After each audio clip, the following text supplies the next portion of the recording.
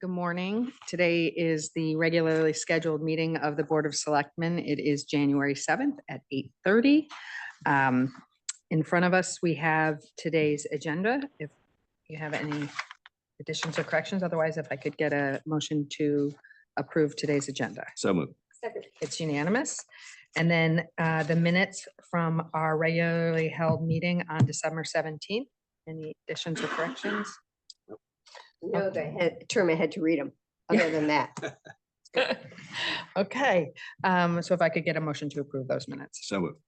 It's unanimous. Thank you. Public comments. Members of the public are welcome to provide comments to the Board of Selectmen on agenda topics scheduled for review and or vote. Comments submitted electronically should be sent to the following email: bosdistribution@newcanaanct.gov. Do we have anyone wishing to comment today? Okay, moving on. First Presbyterian Nursery School. Do we have, I thought I saw Stacy online. I am here. I can't unvideo myself. I could just talk unless you want to see me. Okay. Perfect. Good morning, everyone. Thank you for your time.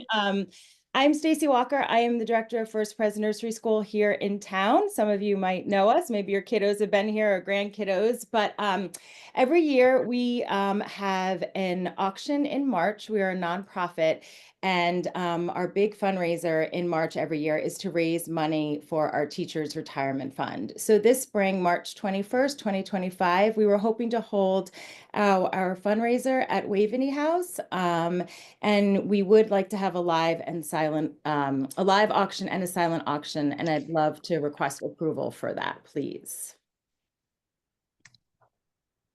Any questions? sounds good to me. Yeah, I don't I have hope any you issues. raise a lot. I know. As long as the date is okay. Oh, we did. We spoke to B already, and we can have that date as long as you all would approve that. And if you approve that, that would be awesome, because as you all know, teachers are the cornerstone of our kiddos. And so we love our teachers. So thank you. That's great. Okay. So if there are no further questions, if I could get a motion to approve a request from the First Presbyterian Nursery School to allow for a live and silent auction at Waveney House on March 21st. Is that the right? March 21st, Friday, 2025. Okay. March 21st, 2025, with proceeds benefiting the teachers' retirement fund. Enthusiastically, yes. Yay. Basically, second. And it's unanimous enthusiastically. All right. Congratulations you and so good luck much. to you. I hope it's a huge success. Me too. Thank you so much. Take care. All right. Second item on the agenda is the Registrar of Voters compensation. And so I know we have Cheryl here. I'm here. It's Joan. Oh, she is here. Okay, great. Okay. Backup documents here. So do I begin? Sure. That would be great. Morning, Okay. Joan. So I'm requesting an increase in my compensation due to early voting. What else would you like to know? So I think we have in front of us some comparisons and with staffing and overtime. And so, you know, I think. And I sent something. And yes, we did get your email. I think we all have in front of us. Okay. Your Okay. email. So I think it's probably helpful. I mean, we have the email in front of us, but I think we'd like to, I think, get a understanding of sort of the day-to-day. I know that there's election, you know, around the election times and the primaries and the caucuses, there are additional duties. Could you sort of go into sort of the day-to-day, what you and your staff are doing, what's your job, what's your staff's job, that kind of thing? Because I think a number of us would like a little bit better background. Okay. So do you want to start with what we do daily, what we do for election preparation? I'm not sure what you... Yeah, I think let's start with the non-election day-to-day operations. I think you know, and then we can go into election, because that's a very specific and different, but sort of, I think, you know, outside of the, you know, November and summer elections, what are the operations of the office? What do you do? What does your staff do? Well, I have some bullet points down that I put down for. Unfortunately, I have it on my phone. So, I wrote down what our staff covers on a daily basis, pretty much. Hey, Joan, how often is the office staffed? And how much time are the two voter registrars putting in every week? I mean, as Deanna said, certainly election time's busier, but I put it. I can't speak for my counterpart. I know that last year, because of early voting, I put in well over 30 hours a week. I always keep track of my hours, and prior to early voting, I was probably about 22 hours per week.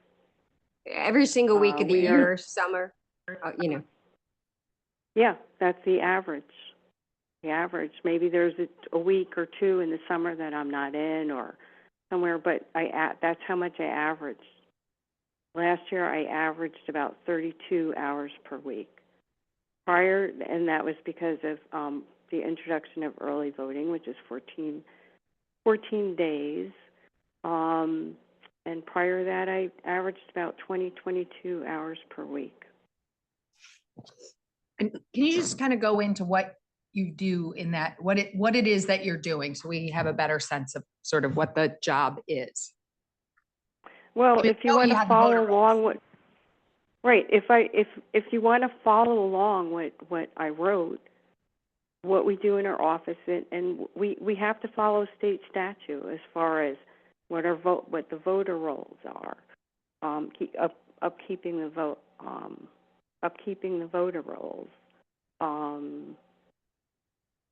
Is that Covering the 100% manual answering the process? phone. Pardon? Is that, I mean, it seems that, you know, the voter rolls, you're always trying to make sure our current voter rolls, comparing them against people who move in and out, I guess, as well as people who have died. So is any of that automated? It seems like that should be able to be automated, you know, with like a. It is automated. It is automated. We have a government state, a state. It is automated. We have a state system that we have to use. We have to understand how to use, and unfortunately, it's 24 years old, so it's not the most efficient. So do you? How long do you think it takes? Like 30 seconds to update something? No. Can you walk us through why it takes so long to update an individual change to a voter roll? We just don't know. So This is a question, not a. Okay, all right. So you go in. So you go into the state system. You find out what the change is. You make the change. That takes a while. You generate a letter.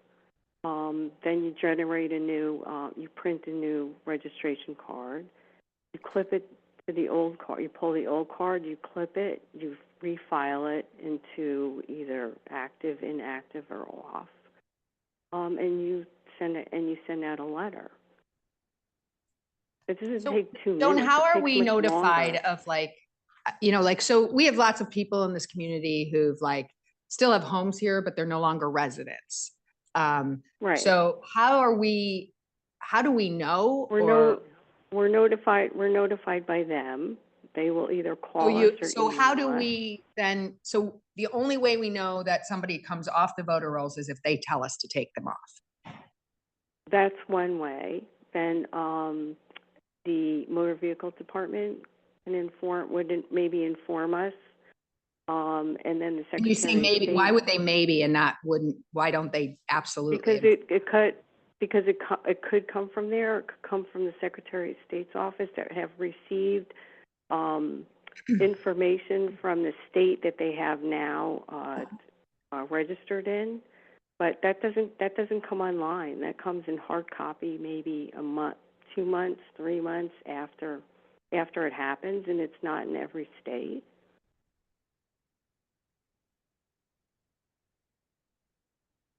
All right, well, maybe the best thing to do is talk about sort of the comparison list Okay. that you put together, Cheryl, for us. So you have a sheet in front of you which shows New Canaan, Wilton, Westport, Richfield, and Darien. I was asked to look at the salaries for the Register of Voters and the staffing in each office. So you can see New Canaan is at the top. Currently, our Register of Voters are making $40,000. The request in front of you is $52,000. Wilton is at $56,000. Cheryl, Westport, can I stop you there? So the current salary is 40,000 for Correct. each of the two registrars. And in that, the request is to increase that salary as well as keep, is this 4 people?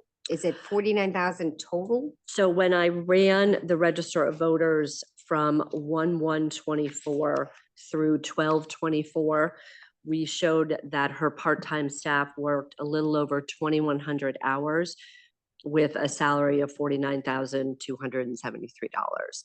You also have in front of you, which Anne ran for fiscal year 24, which showed her part-time and overtime, which does not include the Register of Voters, and the salary was $90,388.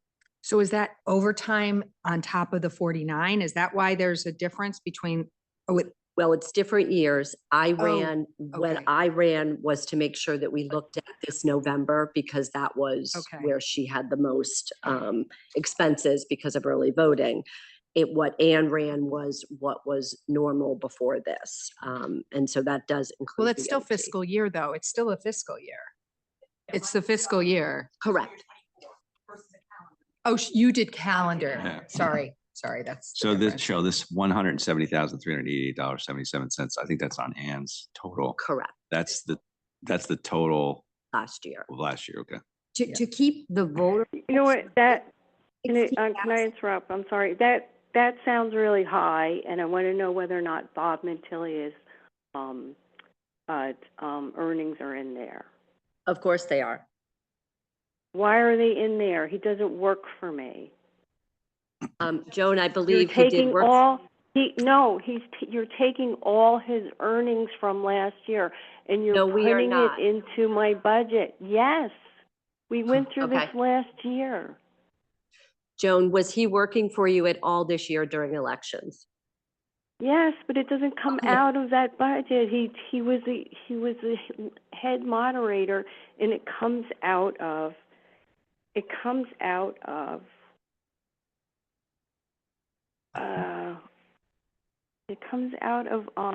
elections personnel. You're taking everything that he's made, and he doesn't work for me. He works for me the election. You're taking everything that he's made and you're putting it into that account. Your Okay, Joan, that's payroll how- department is taking it out of there. We've Well, then we gone need to through look this a dozen times. Okay. I have emails to her. I've talked to you about it. I've talked to Joan, finance about it. Joan, we're not going to get into the argument about that. Yeah, Joan, But it's my so then you understanding- have to take Joan, the numbers away. I could Joan, not let- have spent $90,000 in part-time help from July 1st of this year to now. I could not have. It has to be in there. I have not been in the office for a couple of days because I've been sick, and I haven't asked the payroll department. But their numbers are too high. So I know that, personally, I know. She Joan, takes everything. I have instructed her to take monies out of elections personnel, and it's Okay. not. And that's where the numbers are. Okay, That's why so the Joan- numbers are so high. We go over and over this for months. So I don't think, I think, That's Bob's numbers. Yeah. So 4,000. You know what, I'll be in at the end of the week and we can discuss that phase, okay? But right now, there is no way that this office is spent on part-time Cheryl, help, $90,000 Joan, I think from we're not gonna get an July answer. 1st to now. Joan, let's stop. Yeah. I think we're not going to get an answer to this question right now. So, and Cheryl, do we have to vote on this today? You have to vote on the Register of Voters salaries because they are elected into office immediate, and we have to settle on that salary before they are elected into office. So the 52,000 is what is in front of you today. So I'm sorry, so I personally don't understand why, combined with the two voter registrars and the additional staff, why we have to spend this much money to just keep track of the registration of 16,000 residents. And many of them don't move. I mean, there is some on the fringe that move, but many people, their registration, I don't understand what it takes. I also personally, I never thought that the role of voter registrar, someone went to it because it was a compensated role. I mean, it's like, to me, I always thought it was civic duty that you would do it, and maybe you compensate a little bit for your time. I mean, Steve and I are making 9,000 a year. Neither one of us ran for this to make money. And to me, it looks like a civic function. And, $40,000 a year is kind of sort of a lower level part-time job, but you're not doing it for the pay. I mean, I don't understand, but I also don't understand if you have two people doing this full time. It seems like maybe you're dealing with an old system, but it's not that many people who are changing the voter rolls. We don't really have any voter fraud. It's just whether it's up to date or not. We have hundreds of rules and regulations from state statute that we have to follow. That's It's great. not only And that's that. what you ran to do. That's what you raised your hand to run to do this job. We have to do a lot of stuff, and I'm not seeing Steve saying we got to increase our stipend. So it seems like we are comparable with Darien, and we're comparable with Darien, which is similar sized town, but we are. No, we're not comparable with Darien. Darien has medical benefits. How does that calculates another $12,000 to $15,000? Yeah, So but no, But we're they don't not. have all the part-time help either. Yeah. So Darien Yes, they does get do. help. They absolutely do. They have two Okay, people what I in have the in front office. of Joan, 20 what I have in hours front of each. me It says comes it's out to $50,000 a year for part-time help. I mean, for me to understand it more, I would have to spend some time in the voter registration office with. You know what? Understand what they do. yeah. So I don't feel comfortable I personally don't feel comfortable saying that this salary should be increased at this point. I don't know enough. Okay, so why don't let me ask you if this is a possibility. Can we keep the salary as it is and then go through an evaluation, and then we could vote later after we've had a better opportunity to review the salary to possibly increase it later if we, through the analysis? Or do we just take this year? Maybe this is the year we take a year, we analyze it over the year, and then next year, can we do that? It's a 2-year term, so I don't know how this. No, that's not possible. It's not possible. That's not possible. Is that possible, Cheryl? No, it's not. Yeah. We have to make that decision before they are sworn in tomorrow. But there is a way to do like a special appropriation for whatever reason Kevin that knows is. A stipend. We a did look stipend, into or- this.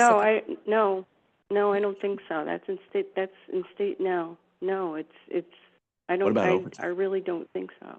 Well, they wouldn't be. They don't qualify for overtime? Sure. What has been the trajectory in the cost There we for go. the voter registrar over? So 1/2/17, they were at 22,000. 1/6/21, they were at 26,000. 1/1/23, they went to 40,000. Wow, So this just went up Correct. 23. Oh, wow. Oh, wait, a what- bunch. Because that was when they That was 2 years ago because that's when they go into office. That's You kind of didn't have what the it was. mic in front of you. It's just, can you run those numbers one more Yep. time? So 1/2/17 was 22,000, 1/6/21 was 26,000, 1/1/23 was 40,000. Yes, that's a big jump. And And It how about, is, but we were, excuse me, we were redistrict and we went from 3 districts to 6 districts. My work was doubled. My work is doubled. Wilton, who is a smaller town, smaller voters, has 3 districts. I have 6. Wilton will be receiving $56,000 a year, plus benefits, plus, 30%. plus, This is it's a 30% increase and you were bumped to 40 because of that additional district in 23. So now you're asking for no, an additional additional 30%. three districts. Right, but that's Additional why 3 you bumped districts. So I from went from 26 3 to to 40. 6 districts. You know what, can we, wait, maybe we should just let Cheryl read what people are getting? yeah, Cheryl, can you continue what towns are getting what? Well, they have it in front of them. New Canaan is at 40,000. Wilton is at 56,000 with 4 part-time people making 9,000. Westport is at 48,000 with 0.4 full-time equivalent. They work about 560 hours, which is 15,000. Richfield is at 42,000 with 17 per hour, and the only time the part-time help is in there is elections only. Darien is 40,000 with 2 part-time people at 24.31 per hour. so our Right, and some highest, correct? people get stipends for on top of elections and referendums, and some people have, well, Westport has about 5 or 6 referendums a year, and they get money for referendums, anywhere from $1,000 to $1,500 per referendum. So there are other monies that are now non-accounted for. Right, but we don't have, I mean, we haven't had a referendum in, I can't even remember how many years. So that's just. We don't get. But they're getting stipends for compensated for referendum. additional work, Joan, not for. No, they're getting, I have 14 days of early voting that starts at 10 o'clock in the morning and ends at 6 o'clock at night. That's why I'm asking for more monies.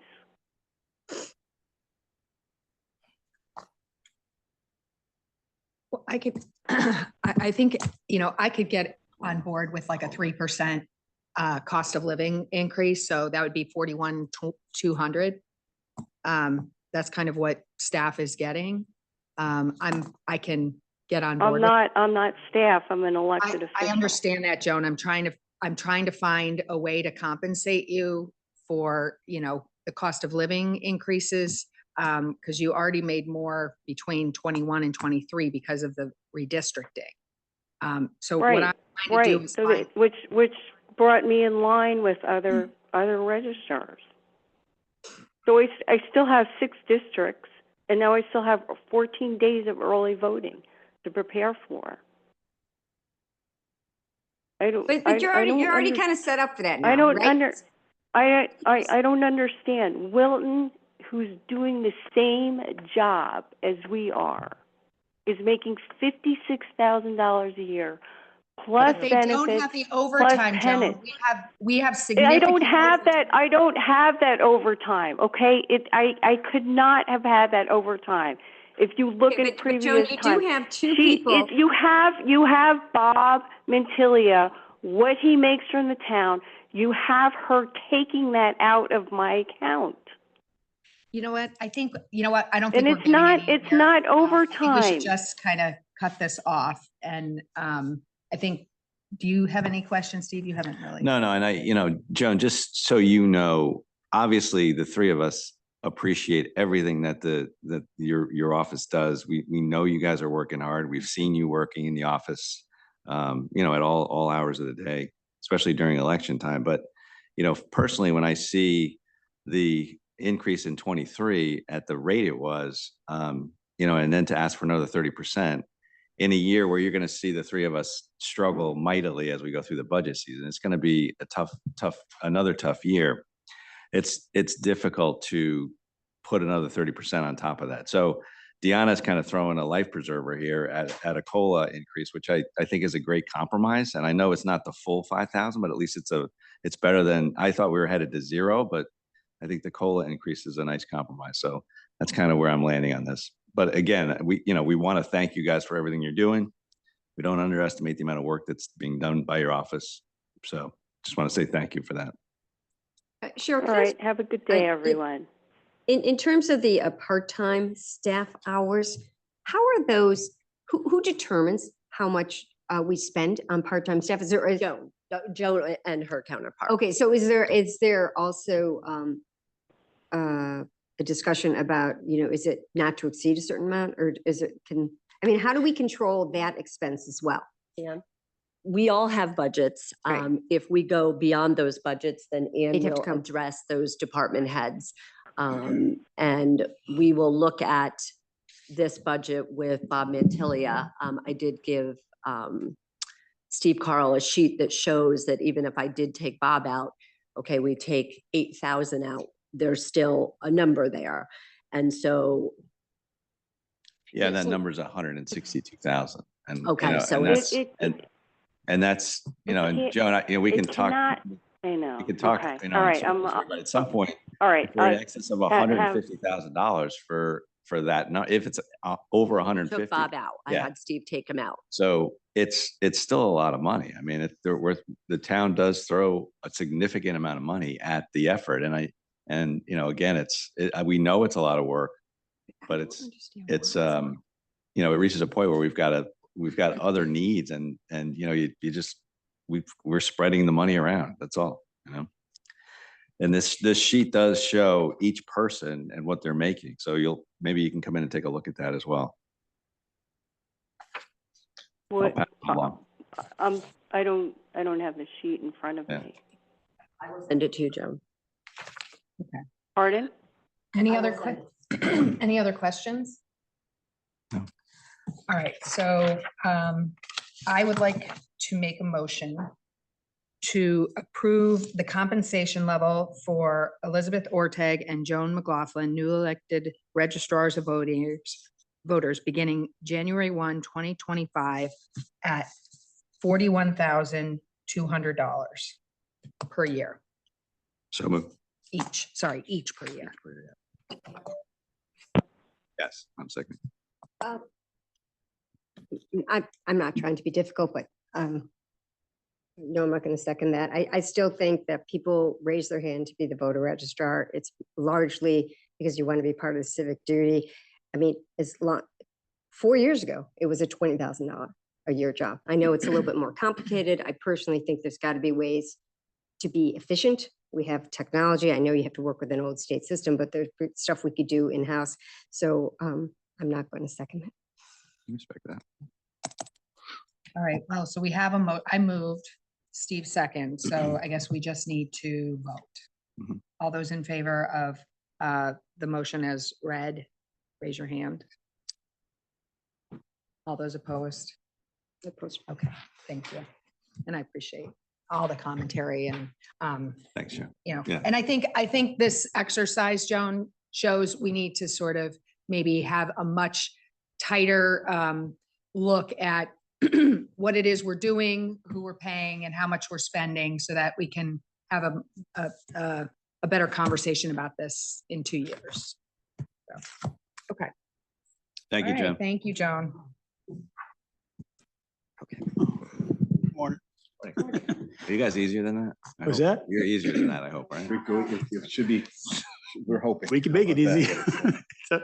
So anyhow, good morning, everybody. So I spoke about this a few selectmen meetings ago at the Waving House. We're doing the plumbing, the domestic water and waste pipes in the basement. And there's one piece of the project is to do some abatement down there, some asbestos on that current piping. This is the this is going to be a phased project because of the sensitivity of the age of the building and what we're handling. We don't want to open up a big can of worms here. So what we'd like to do is going this nice and slowly and get approval to have Hasbro come in and remove the asbestos piping around the areas where we're going to make the transition from all the new piping we're putting in to all the lateral piping going up to the bathrooms, what have you. It's like each pipe's about maybe 10 feet.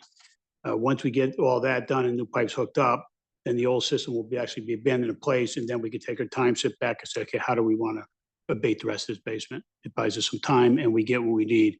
That'll get all new water lines now through the, it's all coming from the streets, all been brand new, into the building is all new.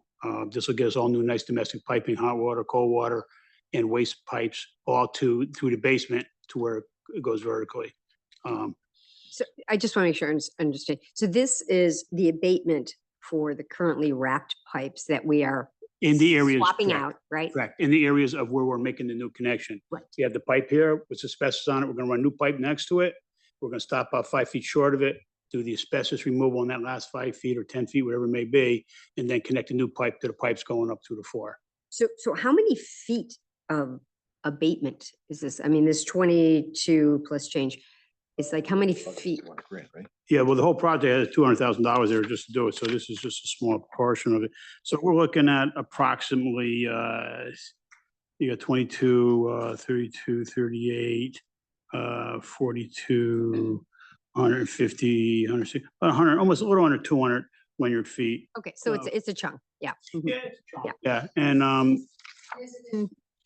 Because I thought this is, maybe I'm misremembering the conversation when we approved the expenditure for the pipes. I thought we thought that the wrapping was fine and that it was in decent shape and we weren't going to have to touch it. But no, we did talk about having to replace this part of it too. yeah, no, Okay. we know. It's been a while. I remember the conversation, Yeah, but I can't. yeah, no, that's got to come out of there. You can't do anything. You can't So touch how it. much more? So if we're spending this now, how much are we talking about full abatement for those pipes? Well, for the domestic, so we're looking at close to $200,000 is in the budget. That was the estimate to do all, and that's what we have now.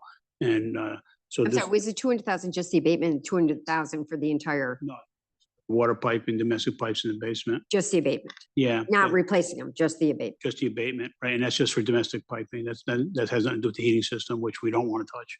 Mhm.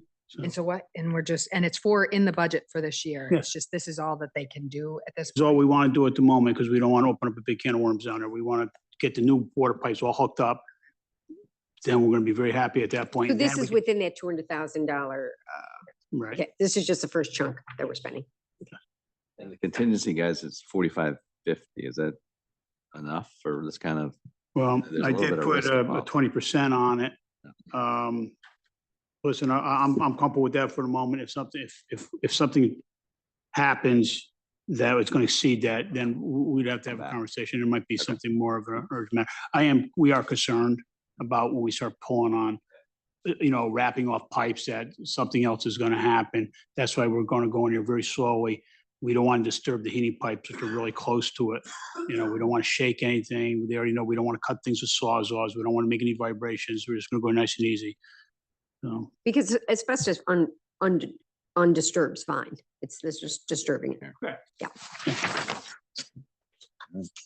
All right. Any other questions? If not, if I could get a motion to approve a request from the Department of Public Works to enter into a contract with Hasbro's in the amount of $22,750 plus a contingency of $4,550 for a total project cost of $27,300. The project entails the removal of asbestos in the water pipes located in the basement of Waveney House. So moved. It's unanimous. Thank you. Thank you, guys. Okay. Albie, Fire Department vehicle request.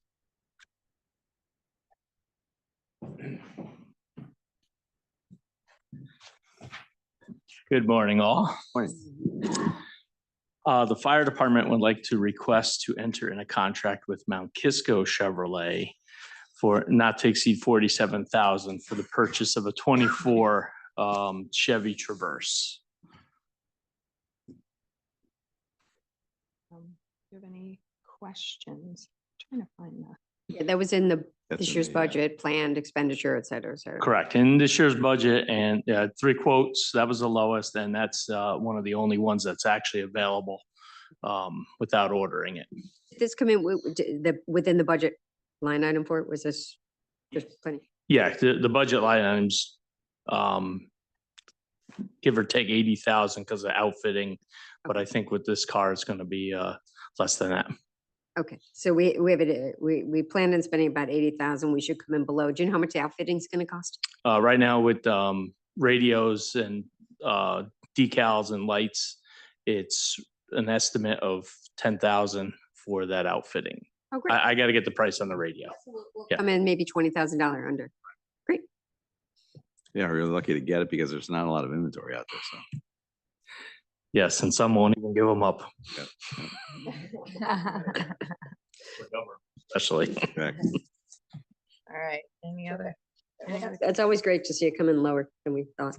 You know, and this vehicle's a good size, I think, Albie, for what you guys are doing, so. Should work. Yeah, out it well. fits the command board and the gear that needs to get carried in it. So, yep. Good.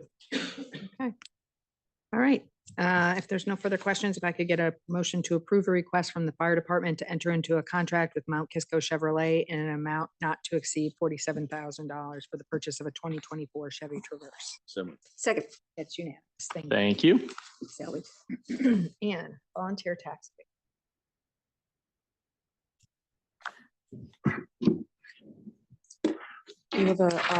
We received in another volunteer that because they registered their car at a certain time after October 1st, it waits until January 25 to come through as opposed to our normal July.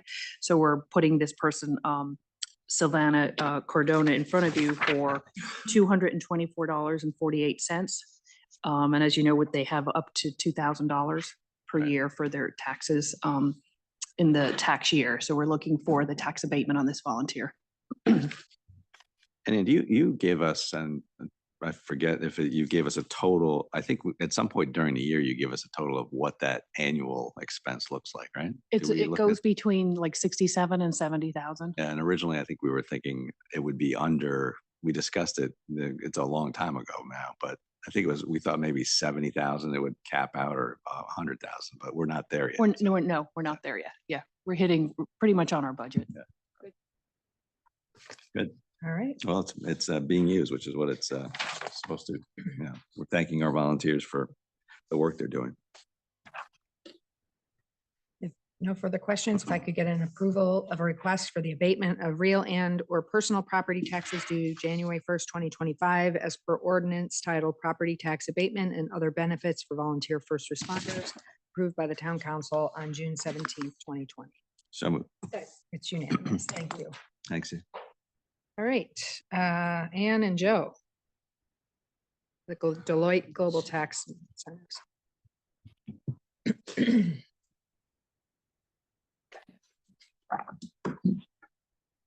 Good morning. Okay. So we're here today for the Department of Public Works, and the Finance Department is requesting authorization to enter into a contract with Deloitte Global in the amount of $35,000 to prepare supporting documentation and to submit for credits and incentives on behalf of the town. So there's some credits available. They will prepare and help submit under the Internal Revenue Code, Section 48, for a investment tax credit for the CHP at Lapham.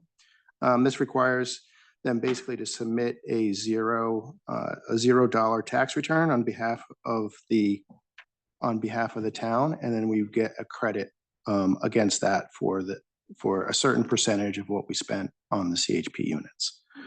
And then there's a second effort that they will actually submit for commercial clean vehicle credits for our fleet of EVs, and these are just another incentive that's out there that they'll help us to obtain. So they're going to prepare a tax return, and then they're going to also submit these what potential credit will their work give us in the town in terms of potential return on that $35,000 investment? So it depends on what they determine to be eligible, but they're estimating between 100 to 131,000 was what they were estimating. And I talked to the tax partner at Deloitte to confirm that before this. So And then there's also and that does not include the EVs, which is, up to $7,500 each. And I always say up to because it seems like They changed that. it seems like they try to not pay. So Well, yeah, we've run into that a little bit, but January 1st, they changed all the laws, feds and they changed the verbiage. So I'm gonna read that again, but you already did you put this through already or is this hasn't been submitted, but this is under a commercial clean vehicle credit. So I think it's different than the one that you guys administer all the I time. think it's due in February, is what I was told. Mhm. Like the paperwork has to be submitted in February and then we don't hear until like, yeah. May, I think it's May Yeah. 25th, and there's like 4 different forms that they're going to be filing for us, or different tax forms. And then Joe has been very good with following up with going through the process, and that they let us know that in filing it, we do have to do the physical filing, paper. Really? And then we do have to set ourselves up, and we're already set up with the Treasury, so I don't know which entity they're going to have us set up with that we receive the money through. And then we have compliance every year after that to make sure we have various compliance. So they're taking care of all that for us. And then So will we have an expense with them going forward to maintaining the compliance the going compliance will forward? be on us. So Okay. they will assist us on what the compliance is involved in, or what's involved in the compliance. And then it would be on us. And this is, of course, with the current laws, which could change. Yes. It's a one-time credit, right? It's not an ongoing, is that an annual credit on the CHP unit somehow? Or it's just a one-time install and that's. It's a one-time credit, but I think there's a 5-year look ahead. We have to keep them up and running the way Right. we're supposed to for the next 5 years, to make sure that we get the credit. And is Deloitte? Or not dispose of the asset before 5 years. I don't know exactly how it's written. Yeah. So would we get the check after 5 years or do we get it upfront and then we just do we have to be in compliance with paperwork? I believe it's For up 5 front, years. and what I'm reading is up front, and then we just have to keep the compliance to make sure we're doing what we need to do. As Joe said, if we get rid of the equipment or whatever the case may be. Do we prepare $0 tax returns for other things too? Or is it just a one-time? No, this is one, yeah, thing? to get this. Probably an expense to Deloitte as well, but whatever that is. To get That's that under done. 35. Yeah, to put all, to go through all the documents An and. expensive tax return. Yeah. So if you could remember to let us know if you got the money, that'd be good in the future. Yeah. Thank you for the work. A lot of paperwork. You gotta spend, it's crazy. You gotta spend 25-30% of what you might get back to do it. Crazy. Okay. It also doesn't include all the backup that we have to provide them, Yeah. so. On top. There's a lot of staff time that, the Yep. documents that they're pulling. Crazy. Okay. Okay. All right, if I could get a motion to approve a request from the Department of Public Works and Finance Department to enter into a contract with Deloitte Global in the amount of $35,000 to prepare supporting documentation and submit for credits and incentives on behalf of the town of New Canaan related to electric vehicles and combined heat and power initiatives. So, Second. It's unanimous. Thank you. thank you, Joe. All right, Chris. Information technology.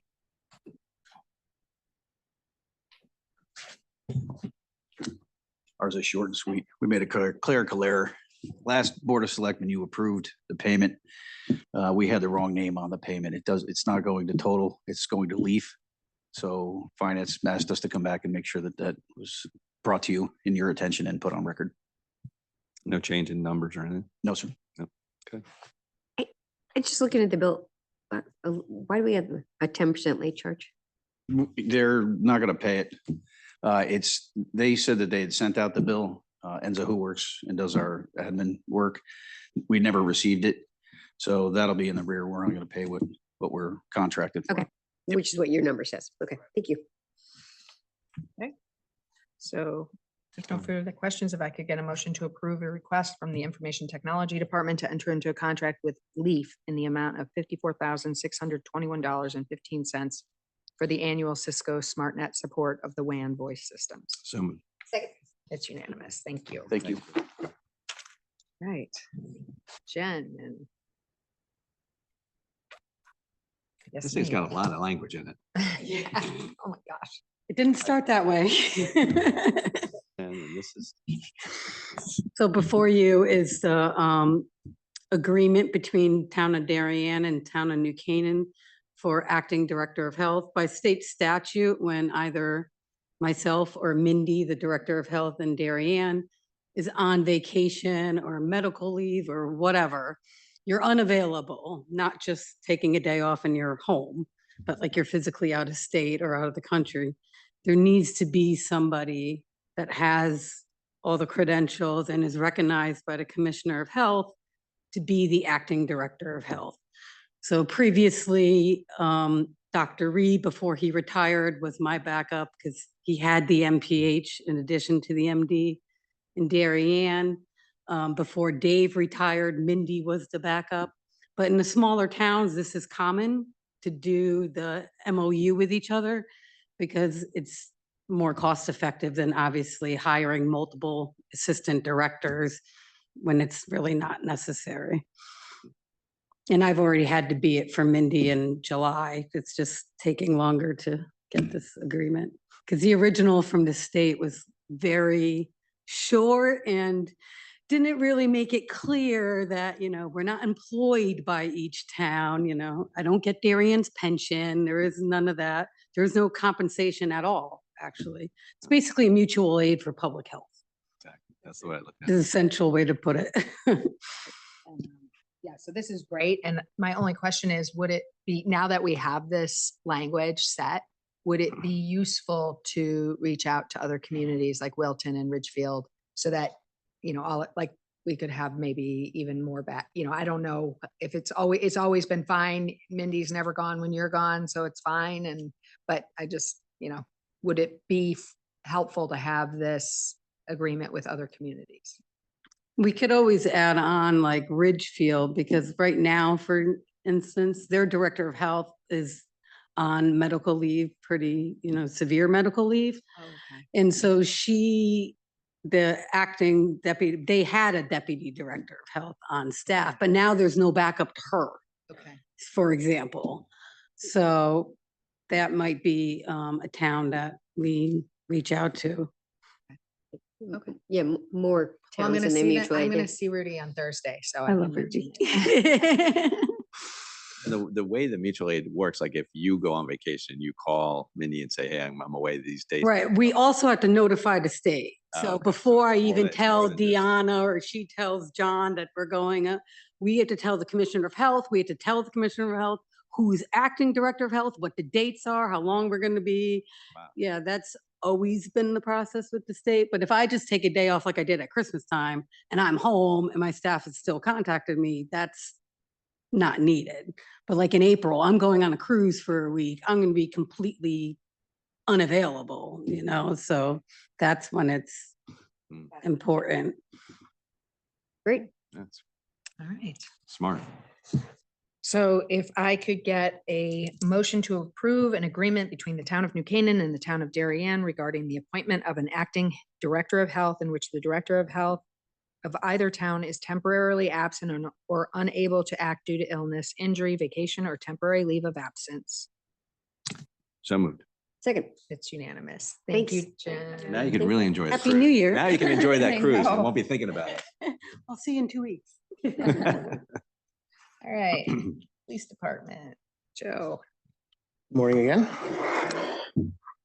So I'm here for the police department building to enter into authorization for a contract with Aurora Storage Products to furnish and install DuPont storage systems in the evidence and general storage area for the police department for a value of $131,000 and $131,257.76 plus a contingency of $5,000 for a total of $136,257.76. And this is the majority. This is bought under a state contract. They gave us a 17-page itemized breakdown, and they showed us all the discounts. And 77,000 of it is the high-density mobile shelving for the evidence storage room, which is the lot of the cost. And then there's janitor's closets, archive storage bays, and just general storage rooms.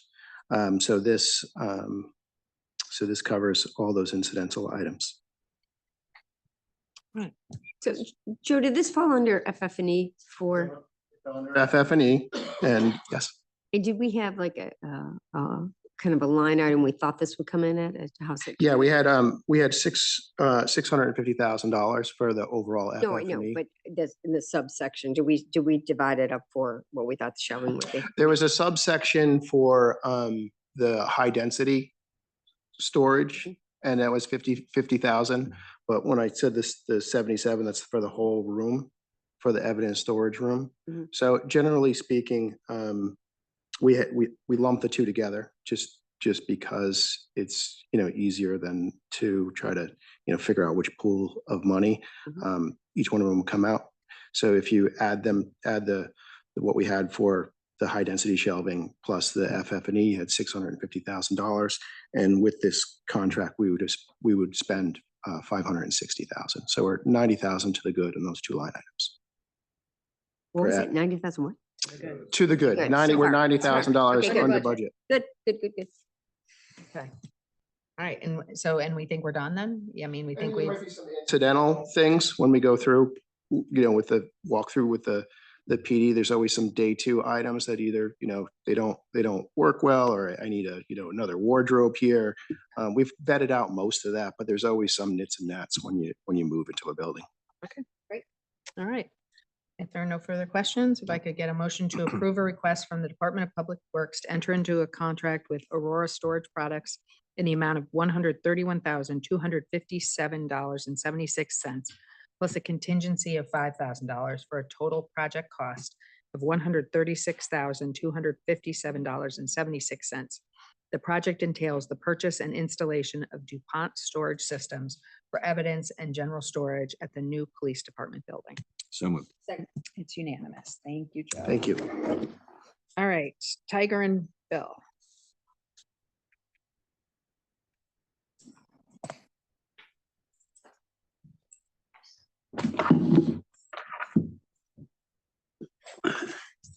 Morning again. We're just here to request increase to the following purchase orders. Connecticut Temperature Controls, Lincoln Door Systems, MAC Fire Protection, S&E Building Systems, those four for 7,500 increase. And then Palestino Lubricants. Is that- Bolsonaro lubricants, That's, for 8,000. That's with the highway department. So do we think with these additions, we're good for the year now? I mean, because the process is we're supposed to put in a PO at the beginning of the year that kind of covers for each vendor what we think we're going to spend. Is this sort of where we think we're going to be for the end of the year? And there's no more, big incidents that causes problems. Primarily, most of these increases are due to changes or things just failing that are kind of outside my crystal ball. Yeah, that was gonna ask why these increases. It's not that their pricing changed. No. It's more that Additional we work. asked them to do more work. Example, Connecticut Temperature Controls, they do town hall and Lapham Center. It's all the management software systems for the building. And we had to do some rewiring downstairs in our boiler room, so that was an additional cost. So above and beyond what we had originally approved. Lincoln Door Systems, they do our overhead garage doors. As you know, we had an incident last weekend where doors hit. And the door's getting old, and we do a lot of maintenance on the highway and parks farm. Those doors go up and down quite a few times during the course of a day, so they do get wear and tear on them. So just the Connecticut Temperature Control, so I'm sorry, are you rewiring so that we have a better? It's rewiring, but it's also, you got a building here now, it's 10 years old, and we're starting to have we have VAV units above the ceilings and stuff, which have motorized dampers and controls on the valves. They're starting to fail here or there. And so we're starting to find that we have to get up into the ceiling more often as time goes by. Everything keeps aging out on us. And So some of these things only have a 10-year useful life? Is that- some go 10, some go less, some go more. They're just, I hate to say it, but a lot of stuff is just foreign technology that we're, implementing in our buildings that we have no choice. It's a downside technology. You got to replace it more. Exactly. And Bill, the number, when I looked through this, the numbers of, it was like, I opened the first one up and it was 7,500. Then I opened the second one up and looked at it, it was 7,500. And the Exactly. third one, and I'm like, wait a second, why is that 7,500 the magic number? It just happened to work out that way. And, you know, I read that too. I said, wait a minute. It just worked out there for my original, what original requests were versus where we are, where we're So, going. with some and costs. I mean, I thought the answer would be, you know, that's a number that we're hoping we're not going to have to spend, but it's there if we need it, right? I mean, Well, it's from now exactly. until June, right? Exactly. That's why I had put on there, amount not to exceed on my request is that I don't have to come back again but I want to be able to. So I may not increase the PO for the full 7,500. I just have the ability to go up to 7,500. So I'm only going to increase it as need be. Okay. That's all I have. Yeah, don't feel the need to spend it if you don't. No, have I to. don't want to. That means just more work. I'm trying to, you know, manage that.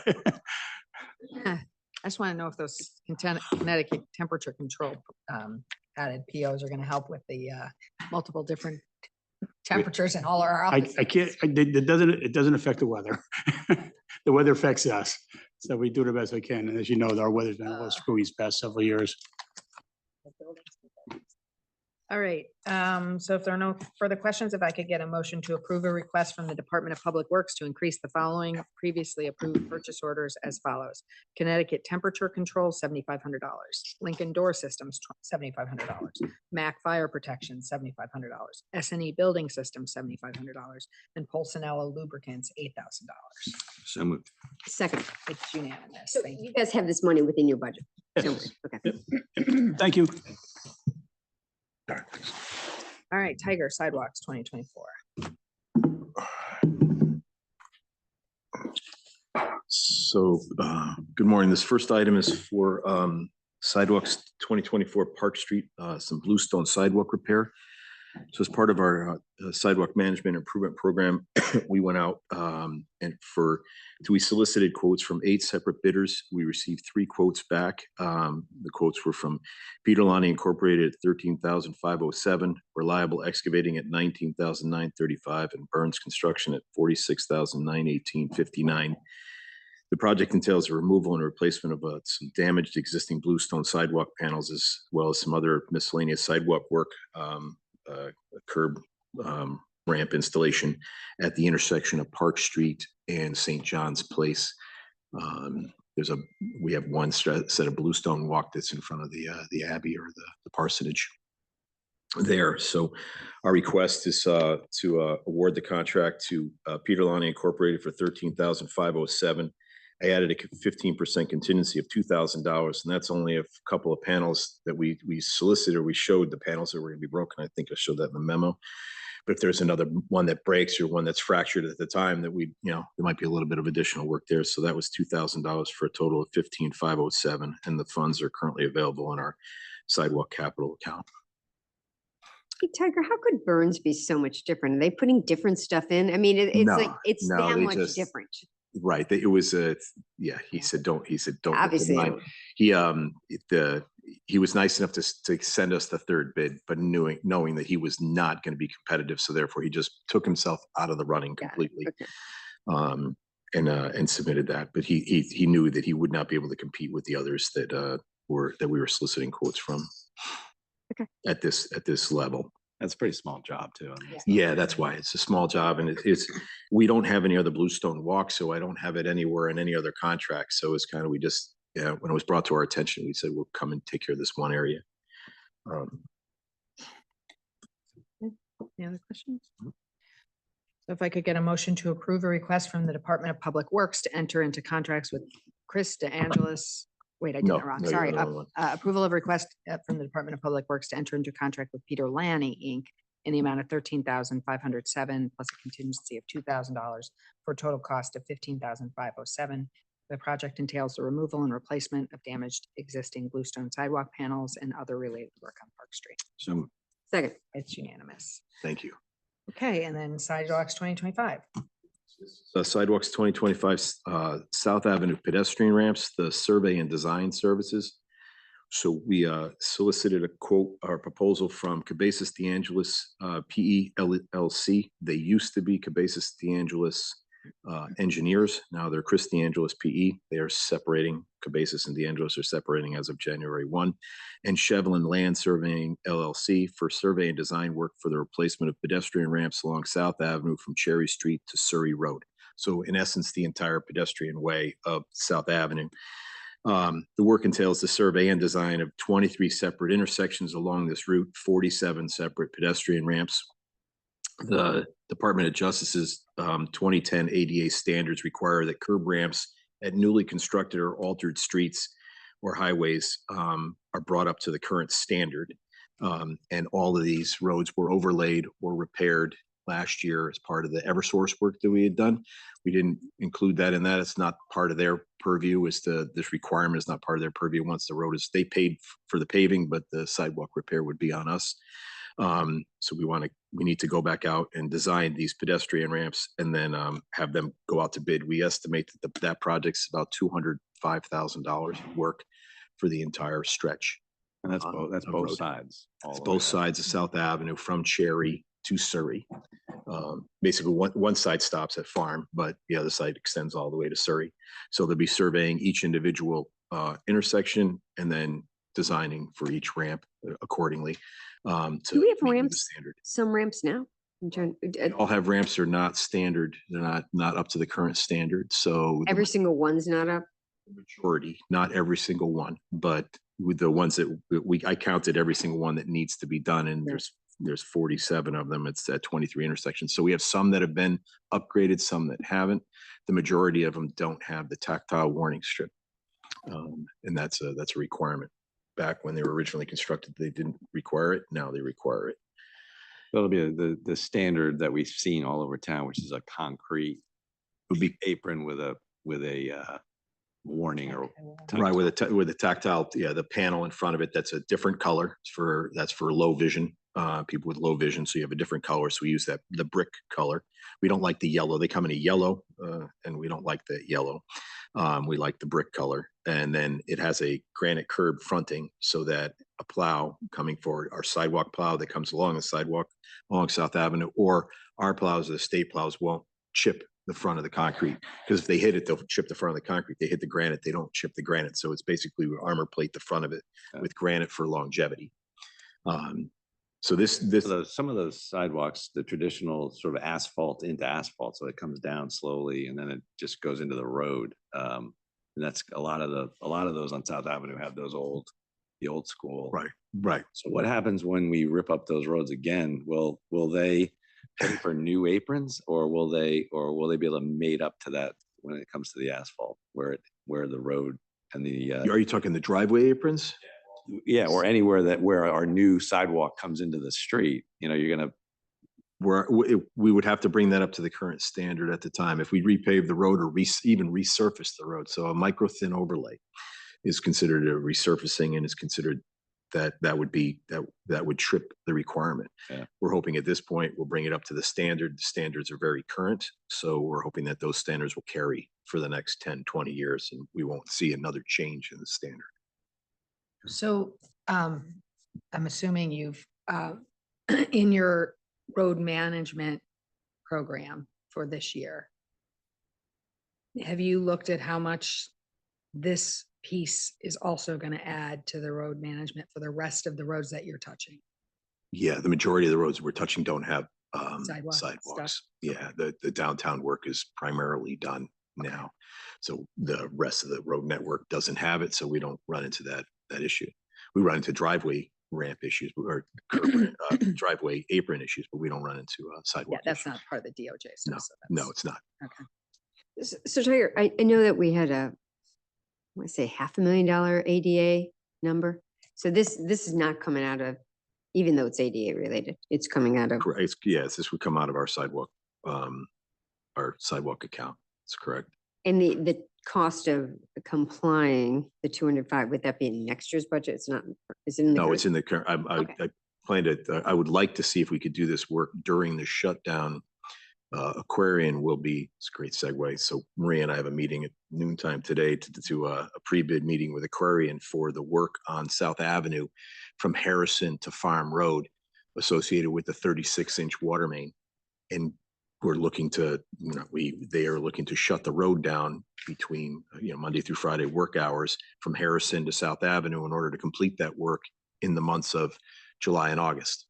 So we're hoping that we can finish this design and possibly piggyback on that closure and have our contractor working inside that closure during that time.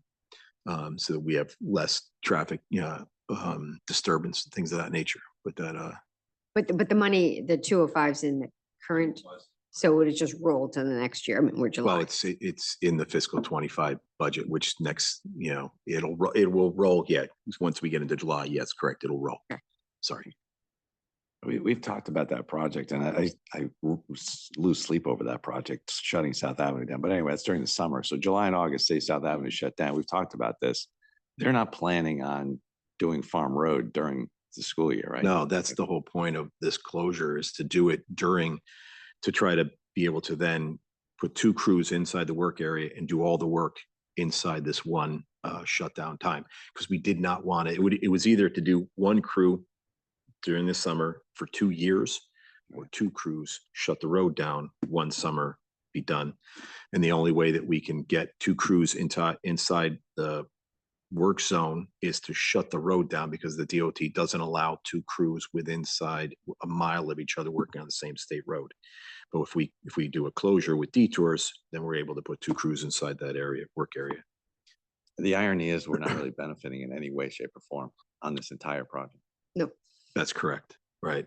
Apart from the fact that they'll be repaving South Avenue when we're done, and they repave the other roads, no, we won't see any benefit. Should be yellow brick for what we've gone through. Correct. Yeah. All right, sorry, well, I'm off track. Are there different surveyors who survey this type of work? Because who's the surveyor we use all the time? We've been using Cabezas De Angelis for our sidewalk work for a number of years. He knows our standards. Okay. He knows how the town, the look and the feel of what we're trying to accomplish. He is separating from Cabezas, which was the surveying portion of the firm. We had originally, he had gone out originally as just Chris De Angelis, then formed this firm. Now he's separating. And Shevlin, we used Shevlin on the last project on Lakeview Avenue. So he did our surveying on Lakeview Avenue for the sidewalk project on Lakeview Avenue that Chris De Angelis is designing, or has completed the design. And now we're looking to finalize the grant and go out to bid for that project. Thanks. You're welcome.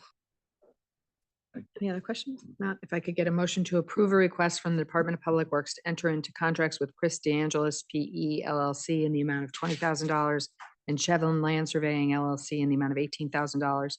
Project entails the survey and design work for the replacement of pedestrian ramps along South Avenue from Cherry Street to Surrey Road. So moved. It's unanimous. Thank you. Thank you. Thank you. Thanks, Brenda. Tiger loader.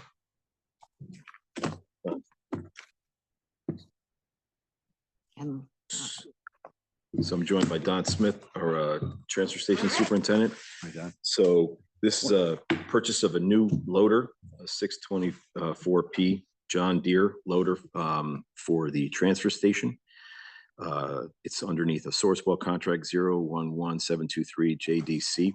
I will be purchasing it from W.I. Clark. And this will be replacing the existing unit that we have that has just over 14,700 hours to date.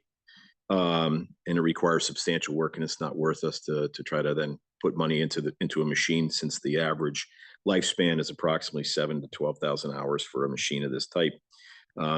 We have they'll be giving us for this machine a trade-in of $20,000. The overall price is $291,584.98 minus the trade-in of $20,000 brings us to $271,584.98. We had $270,000 in the capital budget for fiscal 25. And we made a transfer of funds inside the bucket. It was bucket number 8 of the bonded items that were there of $1,584.98. And that came out of I believe it was our highway, or one of our large trucks, our dump truck account. So we made a transfer of funds to be able to cover the remaining difference. So we're here just to ask for the approval of the purchase. When will you get it? They said 120 days once they get the PO. The other ones still work till then? One will. Okay. Well, anytime you go up there, you see that thing moving around, working, so Constantly. it's constantly going. So that's a much needed piece of machinery for you guys. I'm always amazed looking at the quote, the pricing of these tires on this thing. You know, it's just amazing to me as far as the list price on this, on these Michelin tires are $26,000. Yeah, Yeah, $26,000. they're foam filled. They It's have to be amazing. foam filled. Yeah. Specialty tires. Anyway. They're beautiful pieces of equipment though. Only you could appreciate. They are. Oh, so your brother. Okay, any other questions? No. Excuse me. If I could get a motion to approve a request from the Department of Public Works to enter into a contract with W.I. Clark in the amount of $271,584.98, including a trade-in for the purchase of a new 624P John Deere loader to be used as part of the transfer station operations. So moved. Second. All right, thank you. Sorry. So this next item is the last bid for 2024 for tree service. We went out to our standard contractors. We received 3 quotes back. Olmsted was the low at $20,604. The bids ranged from $20,604 to $56,523. It was for 15 separate locations in town. Some of work in the nature center, most of the work around town, and then we have we're pruning a number of trees in Mead Park, approximately 49 trees in Mead Park will be pruned in and around the park itself, the playground area, the exit drive, and the tennis courts. To give you an idea of just for our 2024 totals for the year, we went out to bid 10 times for the removal of 177 trees, 92 stumps were ground, and 72 trees were pruned. Our averages are around 197, 96, and 50 for those 3 items. So we're pretty much right around where we are. Olmsted has done great work for us in the past, and we would like to award the contract to Olmsted, and we have the monies available in our tree service budget. Terry, what was the total we spent year to date? I'm sorry. Total spent year to date for fiscal 25 on bidded projects is 96,780.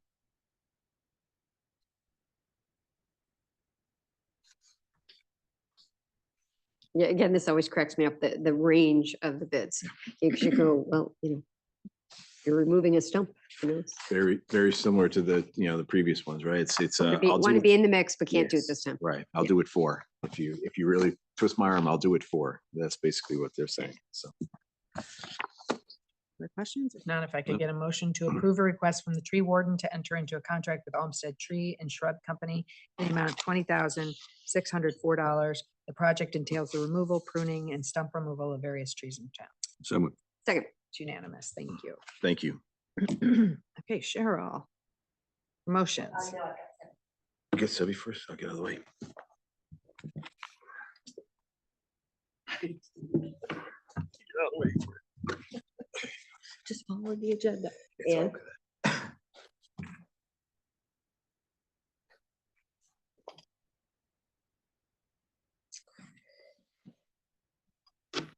good morning. As you know, Roseanne is leaving us at the end of February, so we have an opening in our tax collector's office. And Anne and I spoke with Sebi. Oh, he's here. Who has been with us for 21 years, runs a well-maintained office, and we would love to see him move into taking over both offices. It is done around the state. We did check with legal to make sure that we met all requirements, and we do. We do also have a certified tax collector in the office, and we do have another one who is in the midst of being certified. So Sebi will have a adverse staff to support him in that role. And he is joining us today. Honey, come on up. Oh, okay, everybody in the, it's like, okay, we'll keep you back there. We'll keep you back there. Well, we never get to see Sebby to thank you, for, you're always toiling away down there. When we're working up there. Around this time.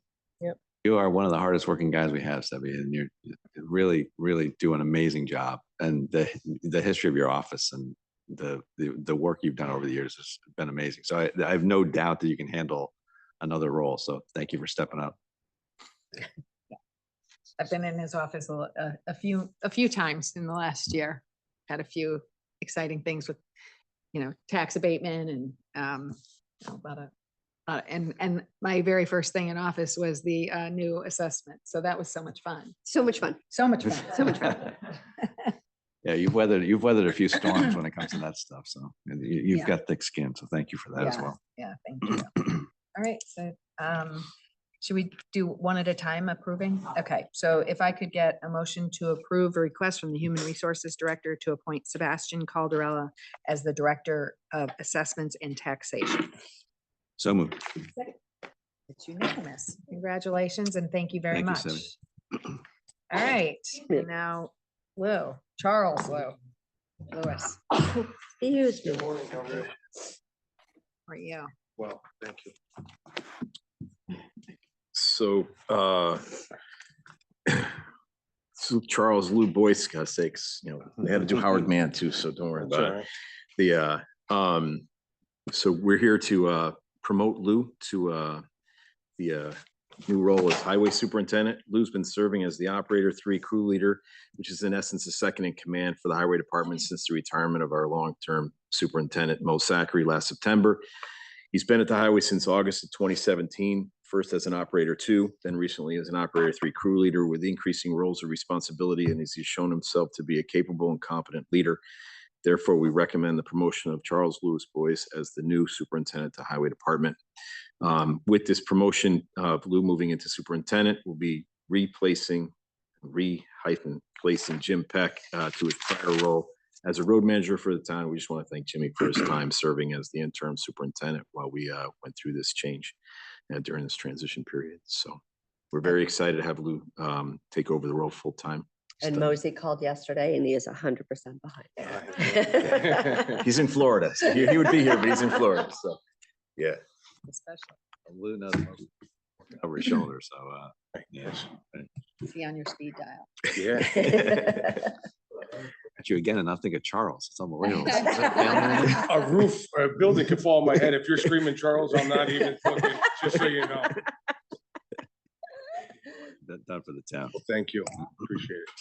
Yeah, thank you. I mean, he's already, he's already had, baptism by fire the last couple of weeks. So, but it's been great. And thank you for all you've been doing. And I appreciate all the communication. So thank you. Thank you. All right. That's great. So if I could get a motion to approve a request from the Human Resources Director to appoint Charles Lewis Boyce, Lou, as Highway Superintendent. So moved. It's unanimous. Thank you. Thank you very much. Thank you. I appreciate it. Congratulations. Okay. All right, and I have Allison Kina, who has been with us for 6 months in Sebby's office in the tax assessor's office. She has worked out very well. She's picked up tasks and fits in quite well, and we would like to remove her from probation. Great. Any questions? No. Not, if I could get a motion to approve a request from the Human Resources Director to remove Allison Kina from probationary status as tax assessment technician for the tax assessor's office. So moved. Second. It's unanimous. Thank you. Thanks, Charles. All right, and then you should have both received information or the CV for Alexander Safi. I met with him a couple weeks ago. It's great to see some younger members of the community stepping up to get involved. I said he didn't come through me, but he had me at hello, being a former GE Capital and a Wake Forest Law School grad. You're so shallow. I am really shallow, but I was like, all right, well, that's why I sent him to you for the objective view. Okay. Do you have any questions? If not, if I could get a motion to approve the appointment of Alexander Safi for a 3-year term ending December 1st, 2027 to the Ethics Board. So moved. Second. It's unanimous. Yeah, his wife is New Canaan, grew up here, and it's really Yeah. fun to see like the next generation of folks stepping up in Yeah. town. It's really, really nice. Yeah, it's great. Thank you for that. And he grew up in Brookfield, Mm. so he's a Connecticut native. Through and through.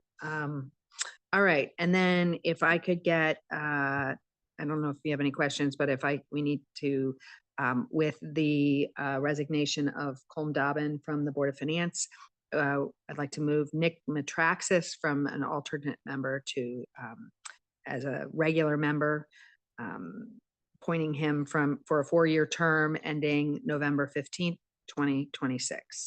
Yeah, Nick's been great. He hit it, the ground running. He's been involved with the PD building and he's been terrific. Yeah. I mean, talk about having me at hello. I mean, he has been amazing, an amazing addition. So Yeah.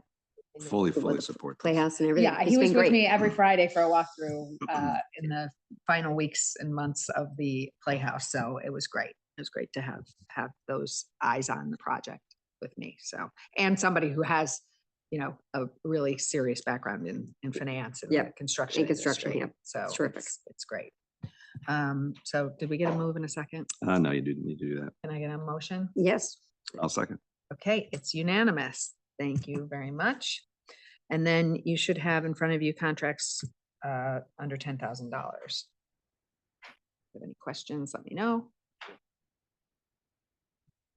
And then moving on to Selectmen's comments, I just have two. The first being that this Thursday at 10 a.m., the governor has called for a minute of silence on Thursday, January 10th, to honor President Jimmy Carter. So I'll be sending out something to Town Hall and, we'll honor that, the work of our former president.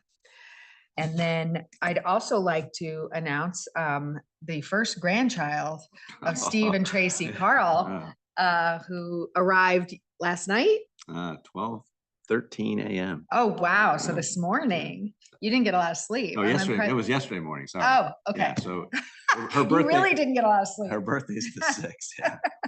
Yeah. So I understand her name is Madison Marie Carl, born to Will and Jen, and proud grandparents Tracy and Steve. Thank you so much. Appreciate it. I wore pink today in her honor. I love it. I love it. All right. Any other comments? No, I think we got more work to do. so. Yeah, we have right. So I guess Keep we'll it move rolling. into the budget. Do you want to take like a 2-minute break? Sure, Let's sure. take a 2-minute break before we start the budget. Great. So today kicks off the 25-26 budget cycle. You have in front of you the results of the internal town hall meetings going through each department's budgets. And, this doesn't include any Board of Education information. It just, Josh kept everything flat for year over year. So, don't get too excited about the 1.31% overall budget increase since we don't have any Board of Ed information yet. That's a pretty good start. I mean, Yep. Yeah, it's a good start. Yeah. So I think we have said that we're going to go through, last year we went department by department with everybody. So how are we, is today? Recreation and library. Okay. Yeah. So why don't we start with recreation, since I see the whole recreation department here, or the leadership of the recreation department, and okay. I thought Josh was going to talk for 45 minutes. We've already been here over an hour and a half, so everybody's like, okay, let's get the show on the road. John, just remind us what page we're going to be on. Are you? Mind you, what Here's your little pages, cheat sheet. we don't have the Here's book. your little cheat sheet. Oh, wow, look at this. Okay, so parks. So we're going to start with parks, or are we going to start with We're Rex? going to start with parks. You should have on your tablets also the presentation. Okay, let me. Oh, yes, it was already letting me share, so I didn't do anything. I'm sorry, but it didn't let me. Oh, yeah. Got a nice color presentation there. Zoom meeting is not responding. Yippee.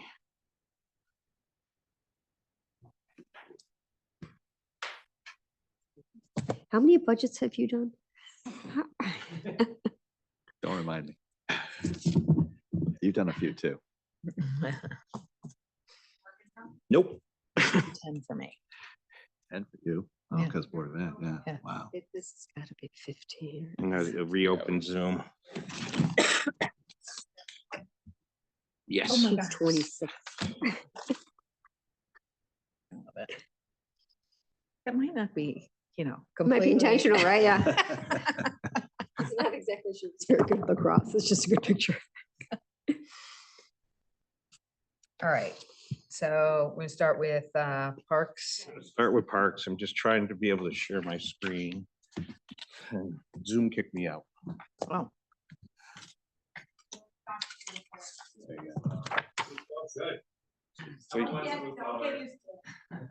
Okay, close that. Don't need that anymore. Good morning. Thank you for taking the time to review and consider the Parks and Recreation budget request. Your support is greatly appreciated. You can go ahead, Josh. So we take pride in delivering exceptional services and are presenting a fiscally responsible budget which meets the needs of the New Canaan residents. This budget ensures the continued excellence of our properties and supports some of the best programs available for residents of all ages, from youth to seniors. The overall budget request reflects a 1.89% increase, primarily driven by two key initiatives: a recreation officer / ranger position, which we'll talk about later, and funding for additional programs at Lapham as the grants expires during next budget year. Excluding these initiatives, the budget increase would only be 0.26% for Parks and Recreation. Starting in parks.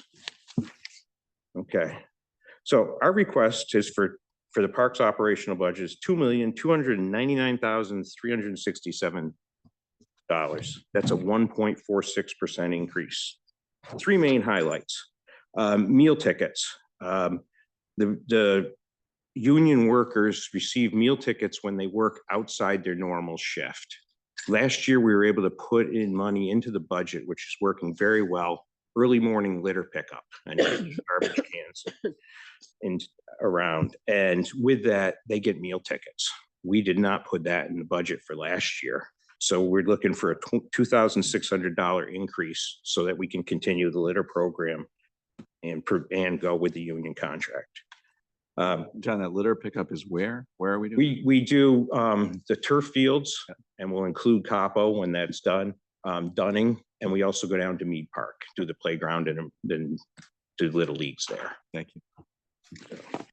The second one, grass treatments. This is a fertilizer, seed, et cetera, for our athletic fields. We did make a change. So we removed Capo Field, since it's no longer going to be natural grass, which was a savings about $18,500. But we did add in $11,400 for the lawn area behind Waveney. Over the last few years, we've been getting more and more complaints, especially at like summer concerts, that type of thing, with the clover that's out there, any weed that has a flower, and the amount of bees that are around. Wait, you don't like clover? We love clover, but not clover that has flowers. Ryan really likes clover because he replanted a hill there. But where people sit, clover is one of the big ones that has a lot of little flowers that the bees love. And then when you're standing out there, so we want to fertilize the lawn, overseed the lawn, improve its condition. Wow. And this is a perfect opportunity since we are removing Capo Field. Now, with the removal of Capo and the addition of the lawn area, unfortunately, we're projecting a 6% increase in both pesticides and the fertilizer and seed. we have been up if we didn't have. We would have been 6% of our original increase. So we're projecting a 6% increase on the products that we purchased to do all our fields. So we removed Fewer grass fields now. Except he's adding in treating behind Waveney. Yes, So you're you're adding- we removed 18,500. Right. And we added in 11,400. Sorry, thank you. That's. Yep. So is the 6% expense, I was kind of what Deanna was, that's basically how much this material is going up? Yes, both seed, fertilizer, and chemicals. It's a little bit of a projected number because the state contract that we usually buy off, it isn't completely finalized, and seed is one of the volatile things that's been lately. And we've been using more seed so that we can use less chemicals. Sure, get So, denser. Yep. So, and You said the outsourced refuse service, that's the person that's coming early on Saturday, what's the 17th? no, the outside source refuse service is the porta potties that we have throughout town. So that's adding $17,500 into the park's operational budget that was in civic activities. What? Civic activities, which will be our next thing we talk about. Very short thing. We basically remove civic activities. Okay, so it was just a transfer in. And is that, so if I were just to say, what was it last year versus this year? 16,000 last year. Okay. Part of the reason it's gone up is handicap porta potties, which are required by ADA, are more expensive. Okay. So that's the highlights on parks. I'll be glad to answer any questions about any line item, but so very quickly on civic activities. Civic activities used to have 4 line items in there, and it had money for concerts and things like that. As far as page number, I can't help you. It's in the recreation, so you'd be down further. 17. Oh, rec civic activity. Okay, got it. So basically what we've done is we've transferred everything out of that. So the 16,000 that was in that has gone into the park's operational budget at 17,500. And also the 1,500 supplies general, that's moved into the recreation budget. So we'll be able to stop talking about civic activities. So next is recreation administration. So very simply, the recreation administration that we're requesting $638,718 and with a 10.78% increase.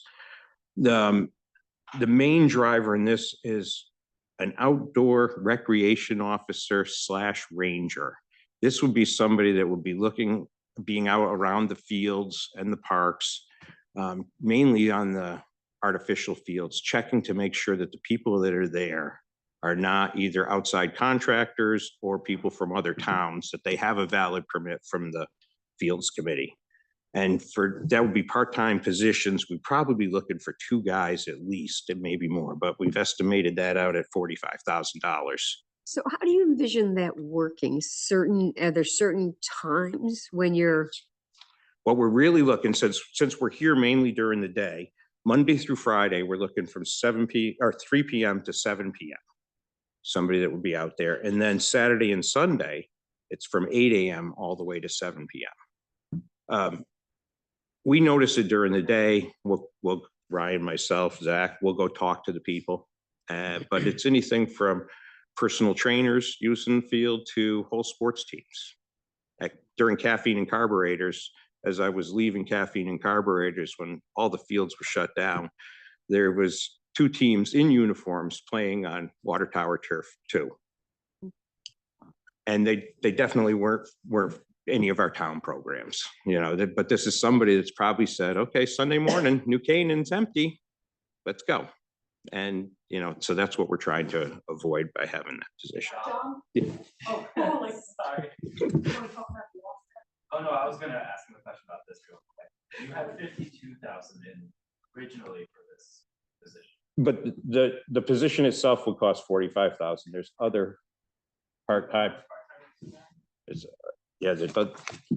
other part-time help in there.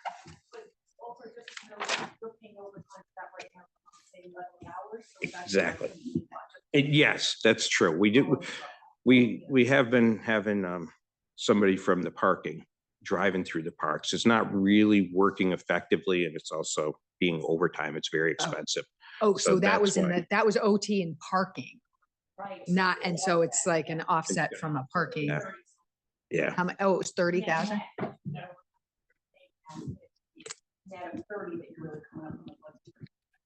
Oh, okay. So we're paying for we're paying like 12 to 15. Okay. But the function of a parking person was for parking or for the purpose that. More is just having somebody there. Eyes. You know, this is one of the things that, Steve Benko Yeah. did a great job of policing 24 hours a day. Constantly moving. Yeah. You're right. So, so next step, does this offer an opportunity for any additional revenue? Where I know we have policies in place about the use of these fields, right? But some of these folks who are quote unquote using the fields that are not technically permitted to use the fields, maybe they'll do the right thing and apply for some field time, or? Yes and no. A lot of them wouldn't be allowed to play. Oh, so because they're out of town. Or Yeah, whatever. when they're out of towners, they'd be only in the summertime that they'd be able to, that time. Okay. A lot of it we're looking at is liability. Right. We've got people that shouldn't be out there using our fields, and it's wear and tear. It's, the six of us go out and use the field, we're not causing any wear and tear, but when you start putting multiple teams out there all the time. Yeah, absolutely.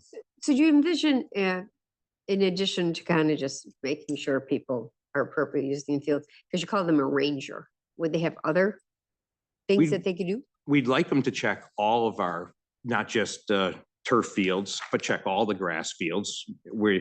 As a fields committee, we're looking at actually issuing permits, so to speak, that, the soccer association, you have the fields at these times. Here's your permit. Yeah, so you the can manager show would have it somebody. on them type of thing. Mhm. Because a lot of times we'll walk up to somebody, yeah, so-and-so gave me permission. No, they didn't. Yeah, that's a good idea, that every manager or every coach would have a, Question if they'll have geese training. Go ahead. what was that? If the ranger will have geese trains. Probably not. That would be nice though. So. Maybe catch those people dumping. their Yes. Garbage in our. Garbage too. That's a problem too, yeah. And the only other real thing to talk about is we want to send Zach to the National Recreation and Park Association National Conference, which we estimate is be about $3,110. Where is it this year? Orlando, Florida. So Ask what three-day month. conference. Ask what month. What month? So that's great. Maybe get some new ideas because, Yeah. there's always some programming that you can add. Yeah, great. 100%, definitely. Yeah, for sure. So much out there, at the youth sports in the whole Orlando area. It's crazy. So Waveney House. It should be the next one down. 18. We should, hopefully we're going in order. So we're requesting $103,978, which is a reduction of 15.62%, Wow. which from last year, we had a reduction of 22.9%. Did that So- get transferred? Was that just a transfer out? Not a transfer. That, 2 years in a row, we've gone down. A lot of that, I believe, has to do with, it might have been used as a little bit of a slush fund for different things. Okay. With that said, I'm happy, I'm fine with the number. There's no reason that we need to ask for more, so. What you meant to say. Well, we will be no, asking was it- for a lot more with, Well, capital on that building. and that's but- probably part of it too, is when you've upgraded different things, you don't need as much to maintain the newer addition, the new repairs. So. Paddle tennis, we're requesting 26,900, which is a reduction of 15.67%. Over the years, of course, a lot of paddle tennis has gone into the self-sustaining fund, which we'll talk about. But we combined two items into one. There used to be a court maintenance and then building or repairs. We've included that into one and reduced that number some. So from 30 down to 25. Have we increased the, when huts open so people can use it more? Increased when the court The hours for that paddle hut? during this time of the year, yes, it's open. We're not having complaints that it's not open enough by any means. Because it used to be kind of closed, like the late night people didn't have access to it, but that's gone. we haven't had any complaints. So Yeah, I was, think the additional literally was hours. leaving the holiday party on a Thursday night at Waveney House, and there was no one on those courts, which is unusual. Is it pickleball pushing? That's, As long as the weather's nice, pickleball, people are still playing pickleball when the Yeah. weather's nice. I think it's part of it. Mhm. Our numbers are not the same as they used to be. No, yeah, because I was like, it's changed. yeah. It did, and today, right now, they're definitely still being used though. There'll be people out there. How many courts do we have? Five. So we never added, we were talking about adding 6, we never did. We still have it in out years in the capital budget to add a 6th court, but at this point in time, We might rethink that, yeah. well, that's why I try to keep shifting out because right now I There's no couldn't demand. justify it. Yeah, okay. Yeah. It is a sport that ebbs and flows. I mean, it was Yeah. huge for a long time back in this, like when the courts were over, Over before we Lapham, moved it, that was a big deal. It was, you know, big sport, and then it kind of died off. Then we built these courts and it ramped up again. So it is kind of an up and down. Like tennis. Yeah, almost. exactly. And I really think a lot has to do with our weather. You know, it used to be December, you'd have at least a couple snowstorms. You wouldn't have been able to play pickleball then. Yeah, so, you know, and you'd switch to another sport, so. All right. Park buildings, a request of 288,800, which is a 0.52% increase. With that, the one item that's gone in there is CHP at $25,000. That I think is more of a placeholder than anything. I don't do the utilities, but if we didn't have that $25,000, we'd be a negative 8.15%. You get that from Bill. Get that from Bill. Yeah. I believe that every one of the CHPs now has a $25,000 budget there. So I'm sorry, so which building are we talking about putting a CHP in? Park building. One at Lapham. Okay. Community Center. Brand new one. Brand new. Or well, it just got connected, I guess. Yeah, fairly new. We have a gas line that goes there now. Lapham Center, excellent work going on with the grant. It's been well received and everything, but the second half of the 26 budget year be over. So that's why we're looking for some more money to continue that grant with some afternoon, evening, later programs. Talk about that grant, because we run into this all the time, that we get grants and all of a sudden it becomes our full-time expense. That's exactly it. And that's why we're putting it here in the budget. It's a decision This is a half year though, not a full year. here. We, you know, to really do the whole grant, we've reduced about $30,000 here. From where? The 30,000? The state. And it funds exactly what? Extra programs. So for Lapham, it's later hours. So it's the staff for the later hours, even though Aggie and Kathy do a lot themselves without being paid for it. It's And staff, do you it's the mean like after programs 4 o'clock or what equals later hours? into the evening. She's been doing a bunch of dinners, like, Yep. yeah, movie nights, dinners. I know that they've been doing some of that programming that's been popular. Mm-hmm. Yeah, I mean, the buzz coming out of Lapham, I only hear great things about all the things you're doing over there. I only hear great things about everything that's going on at Lapham, but to your point, it is an additional expense when the grant runs out. Well, that's the decision is, Free. yeah, exactly. Well, it's, you know, it's like ice cream. You start enjoying it and you want more and, you know, you just can't eat it forever. Grandkids like ice cream. So in this budget, you're going to be asking for 12,000 to offset a half year, but so. Oh, just 12. Is 8 and 4, am I right? Yeah, we reduced the number some to. Okay, so what would be anticipated in next year's budget is 24 plus. Yep. Is a permanent increase in the operating expenses allowed. I mean, we just should realize what we're talking about. I'm not saying it's a huge amount of money, but all of a sudden 30 here, 30 here. Right, 30 exactly. there. That's what it is. Everybody's like, oh, that's not a lot. I'm like, but across every department, when we do this, it adds to real money. That's some of the problems, as far as I'm concerned, with grants, because people get used to it when it's not costing anything. Yeah, grants But- for operations are a problem. Yeah. See all the COVID money that's expiring across the country, and it's a huge problem. You have to rethink it. Yeah. In the 800,000 you talk about from Medicare signups, that's from the people who volunteer, right, at Latham's to do the Medicare. Oh, yeah. That's a feel-good thing. Yeah, but it's basically, I think it's 3 or 4 people who spend. the Although we time. have one staff member. Is who's anybody on doing- staff do it? Yeah, one, Okay. Shannon from Jen, from the health department, she was certified, so she's doing it. Yeah, So good. I'm assuming we're paying her for Yes. helping. Yeah, Um, but most of a good chunk of it is just people raising their hand. It's a great thing because last year was $1 million that people saved. Yeah. You know, that most of them would have had no idea that there was an option. Yeah.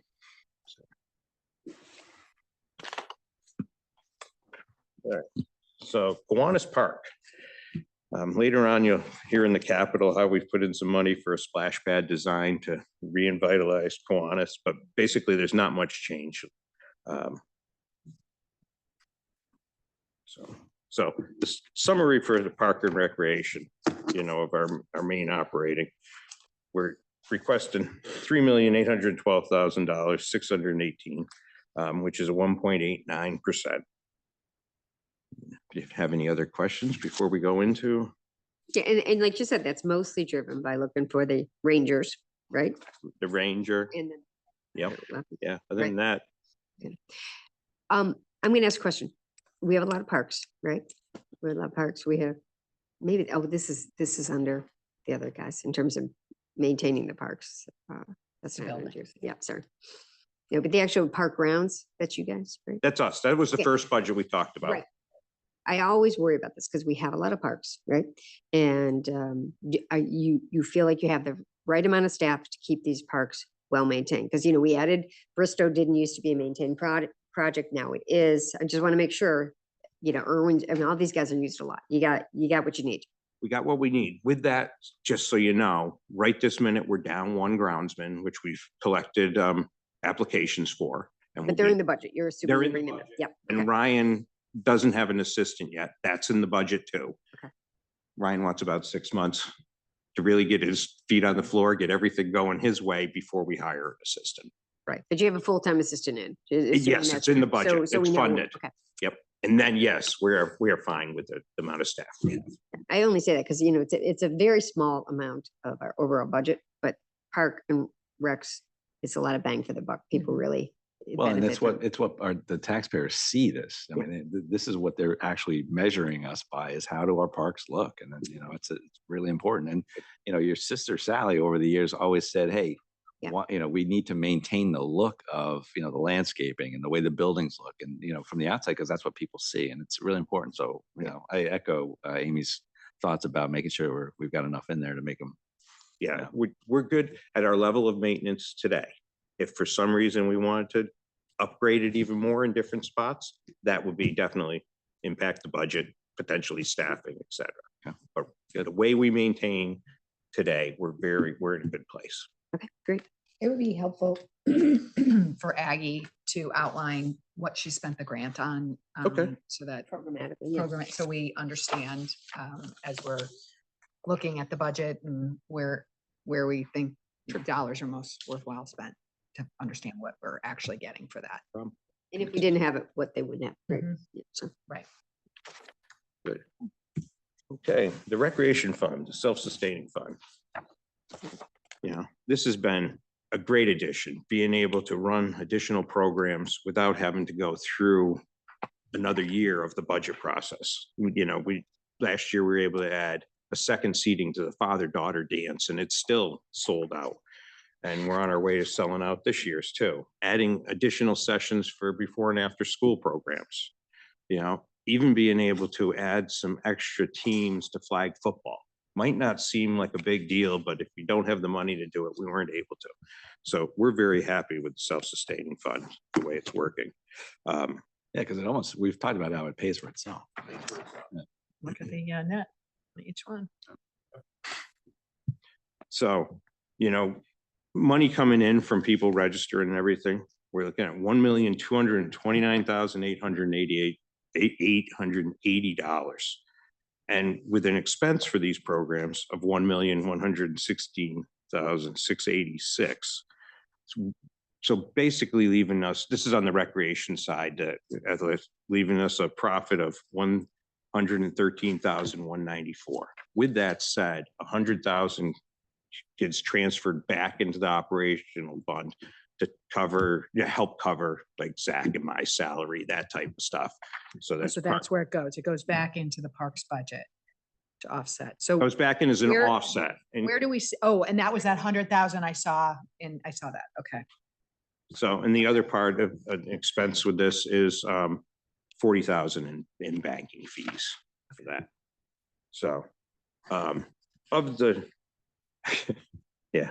Well, what's the Those are the percentage? fees. Yeah. Those are the fees. Yeah, Laura. for credit card usage. Yeah. So one of it. Oh, This, I really like this chart because you know, what's great about it, it shows that it pays for itself, but it shows that we're not trying to profit on anybody. You know, it's like, you know, this is all community service and a small margin offsets the time you guys spend. So I think that really shows a real value to the community on this. Well, and I mean, you know, I know we've been talking about the wedding coordinator, but you know, the net this year just about paid for that coordinator salary completely. And so, you know, as we continue to do that, you know, I think it's, you know, We can build that side. we can build that side. I mean, because that's an easier, you know, revenue lift without overtaxing the taxpayer. Right. You know, these programs that you do for the community are really, you know, benefits to the community and they're already taxpayers, but the weddings, some are taxpayers, some aren't, and, you know, 50%. yeah. So I think it's a good way to help offset programming for the community. You know, and you can see, yes, we have a little, we're running on a profit base, but we're not on a profit base where we're trying to go to fair market value per se. Right. You know, or things like our summer camps. I'll be glad to go through each one of them. I don't think you need to. Okay. That was always Steve Benko's big thing, is keeping this affordable Yeah. for everybody. And, you know, and we've continued that, you know. Yeah. thinking. Besides these, we feel that they're very affordable and everything. We also offer scholarships through Human Services. Oh, great. So they do all the legwork per se, Okay. and then we approve them. Oh, great. Okay. But so the whole wedding program, where's that fall in terms of oversight? Does Park and Recs look in terms of the program as well? Because this is something I find interesting because, so this year, projection for 2026 is that, you know, we'll net like $30,000 on this, right? More or less. I think we'll be able to go up from there. Okay. I'm working on what you requested. Talked about it in terms of, you know, and I don't know where it falls in terms of overseas, but it's like, it's still really cheap to rent that place. And I know you have discussed, well, maybe we should increase it to a much higher level, have fewer of them. You know, is the booking of weddings offsetting the community's use of this main town building? It may or may not be. I just think it should be investigated. Yeah, and that's part of what I'm looking for, Yeah. what you asked. And I don't think it's offsetting the community's use Okay. so far. Very quickly, you know, we still have a lot of dates that are, whether it's a fall festival, Right. you know, whether caffeine and carburetors, where we, First Press Nursery School. But you know, it is, you know, the coordinator is, you know, will book out every Friday, Saturday and Sunday, you know. she's trying.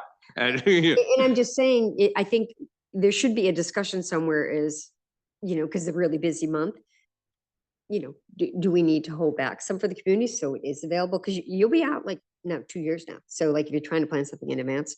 And then my other question for this is, where would, you know, let's assuming this becomes more profitable. So it's only 30,000. Okay. What's the use of that money? You know, should it be dedicated to certain part, maybe capital improvements of Waveney we wouldn't do otherwise? I don't know, like redoing the floors or something. I think that should be a discussion. Like if we are going to continue this wedding process, A sinking fund of some sort. but the vast majority of people who are using this venue for a wedding are not taxpayers. you know, so, About 50%. I was gonna say, I Yeah. know a lot of people that have used it for a wedding, so. yeah, okay. Yeah. I thought it was. I thought it was I look 70. at it a little differently because I think we, as we all know, we have major expenses Mhm. coming towards this building. Yep. We don't charge, camps and local groups much, if anything, to utilize that building. No, we don't. Yeah. And it has major needs. Right. And this, I think, is the way we start to help cover some of the unbelievably big costs that we are going to have. And it's a beautiful building, and that's what it should be used for, I think. I mean, we have lots of spaces. We have the library here. They have lots of places for meeting spaces. I mean, I think, and so to me, this is a great way to monetize and help offset some serious costs that are going to be coming down the road. And I understand it's a public building, but it's open all day long, all week long to the public. Yeah, and my only pushback on that is $30,000 is de minimis. Right. Against Well, our that's why costs. I think we need to look at, Like but the pricing and we stuff. can't, it's sort of a chicken and egg. We can't start maximizing revenue until we fix it. And once we fix it, I think we can maximize revenue. But quite frankly, if we've got, leaking rooms and, water stains, there are going to be people that say, I'm not going to pay that much for that. I mean, I would. It's a tricky space Yeah. for a wedding. It's a tricky space for It's weddings smaller. and You have to have everything. a There's, smaller- there's some issues, but it's also a great building. And Yep.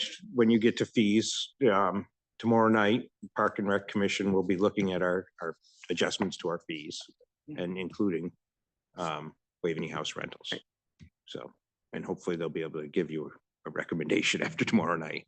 Okay. So. Okay. Steve Benko Pool. I'm not sure exactly what page. That's the.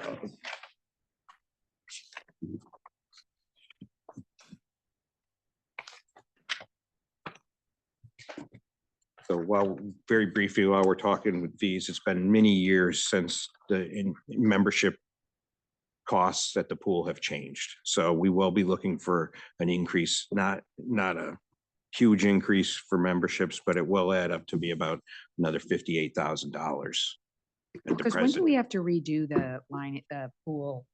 We're getting there. We're okay for now. One of the things we want to do next year is have the whole pool area evaluated. Because I was at a seminar where they were talking about that, and there's some of the codes have changed on signage and things like that. And we don't know. And the big recommendation is at 20 years, you should have your pool gone through for everything. Yeah, that makes sense. Yep. So, and that will also give us a better plan of where we are and where we should be and what we're going to do for the next 10 years. For maintenance of the pool. I see the pool balance right now from last year. I mean, do we at 1.3? Yeah. Is that not right? The fund balance.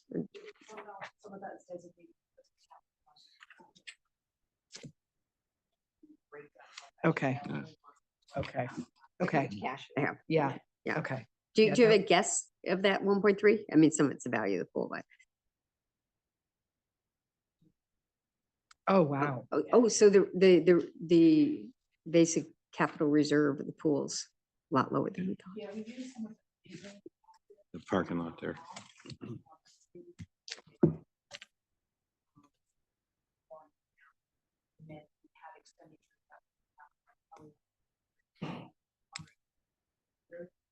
So that's increased that category. Are we done with the amortization on the pool? The debt amortization is. So does your projection for next year for the pool, you haven't approved the rate increases? So does that include the rate increases here or not? No, because they haven't been approved yet. So we might get another 60,000. Yeah. Plus or minus. That's what, Okay. if that's what the commission recommends, and of course, ultimately, the fees are governed by Mhm. the board. Yep. Right.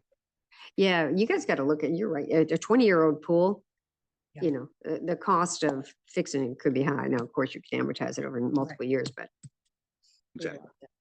do we? Yeah, Well, do I we? mean, it's as a percentage. I know, We were talking about it, so. but when they're separate. Yeah. So, yeah. Okay. Very simply, thank you for listening. Look at that slide. I like that slide. See that, you know, you might want Yeah. to change that lacrosse kid out. It's my kid and she's 26. That's why it's up there. Okay. You remember when you did the tour of the basement of Waveney and you saw the trash can and you said, wait a sec, she's been out of school for 10 years. Why is that still here with Go, her name baby. on That's it? good. Get the new kids in. So, thank you very much. Thank you.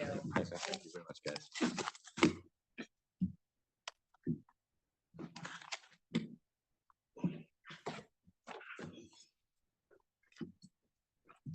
Thank you.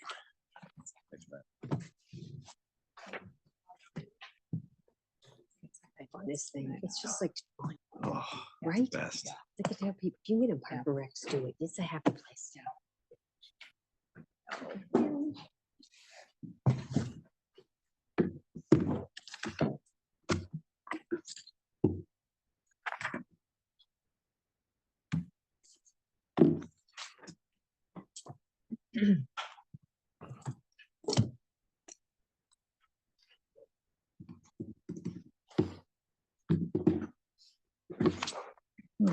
Didn't like that meeting passcode.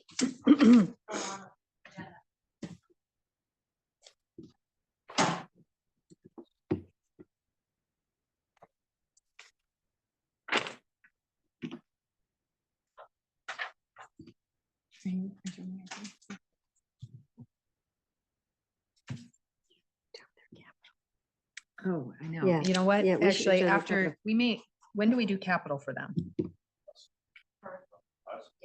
We'll be with DPW. Okay, great. All right. We can talk about it. Well, we'll let the library go and then, yeah, let's do capital then all together. Yeah, those be emails. Those targeted emails. No, have you got it?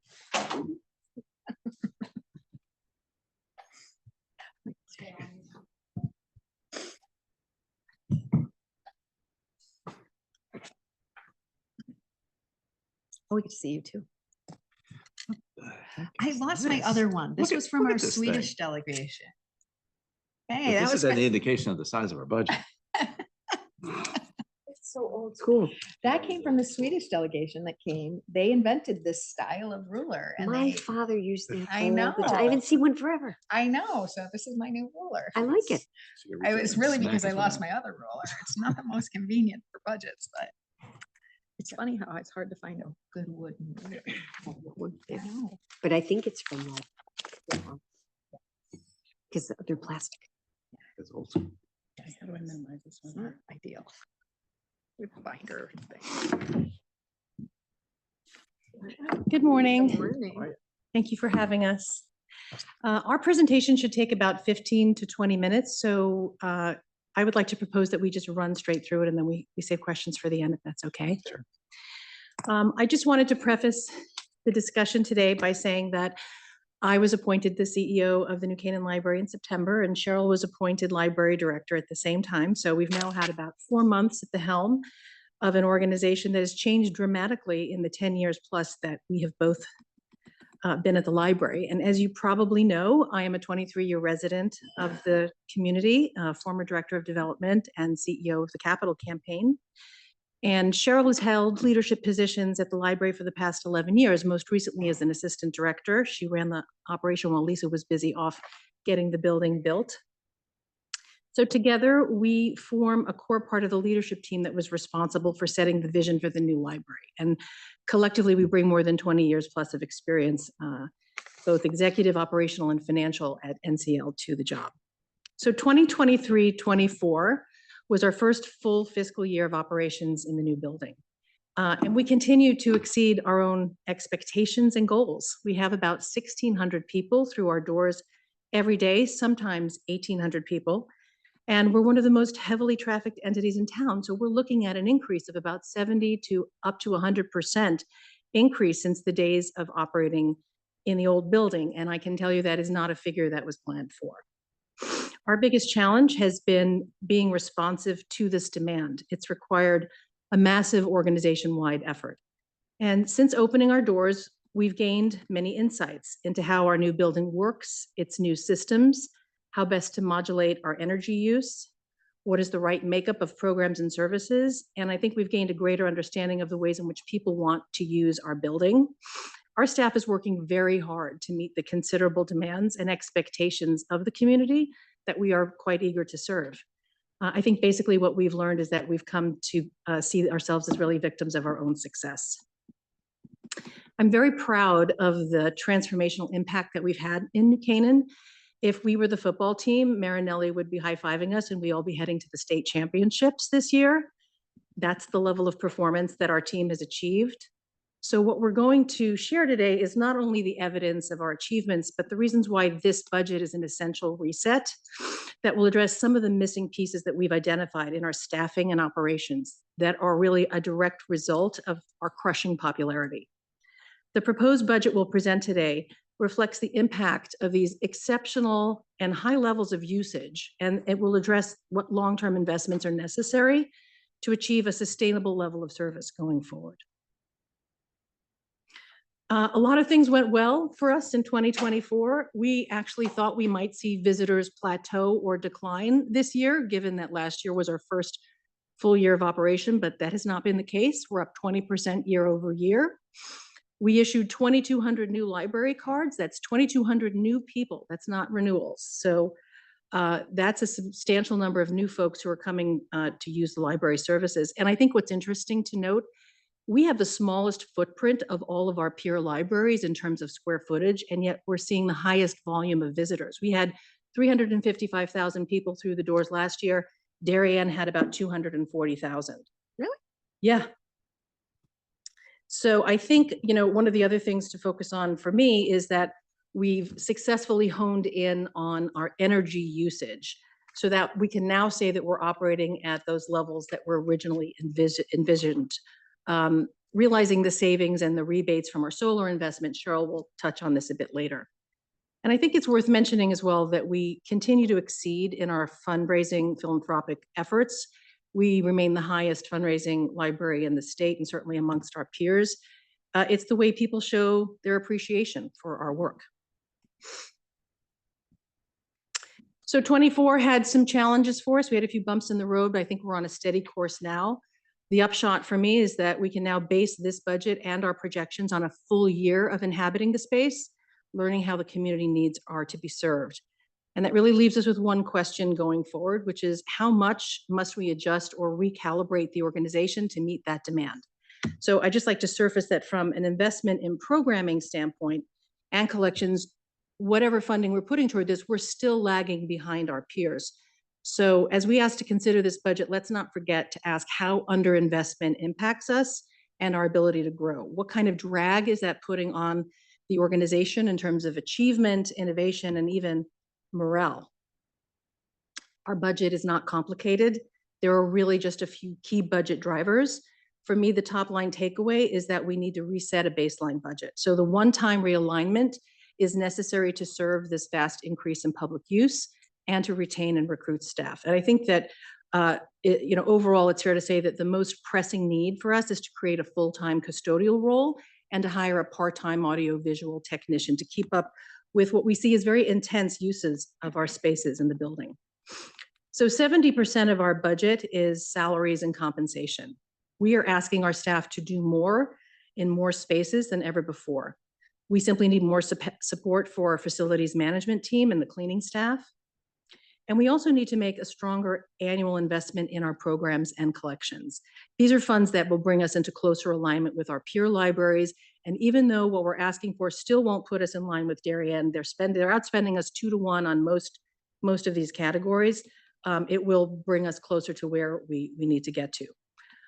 Also, our building systems. These do a lot more than our old systems. They're a bit more sophisticated, more expensive to maintain and to run.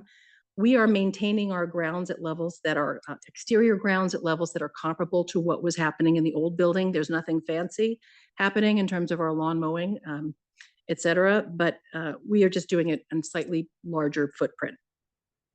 And I would also just like to point out that this year's budget does not contemplate any additional expenses, which will come online once the legacy building is renovated. So this year, we're proposing an aggregate dollar increase to the town grant of $222,000, of which, again, the vast majority of that is 170, if we look at that, that's compensation and salaries.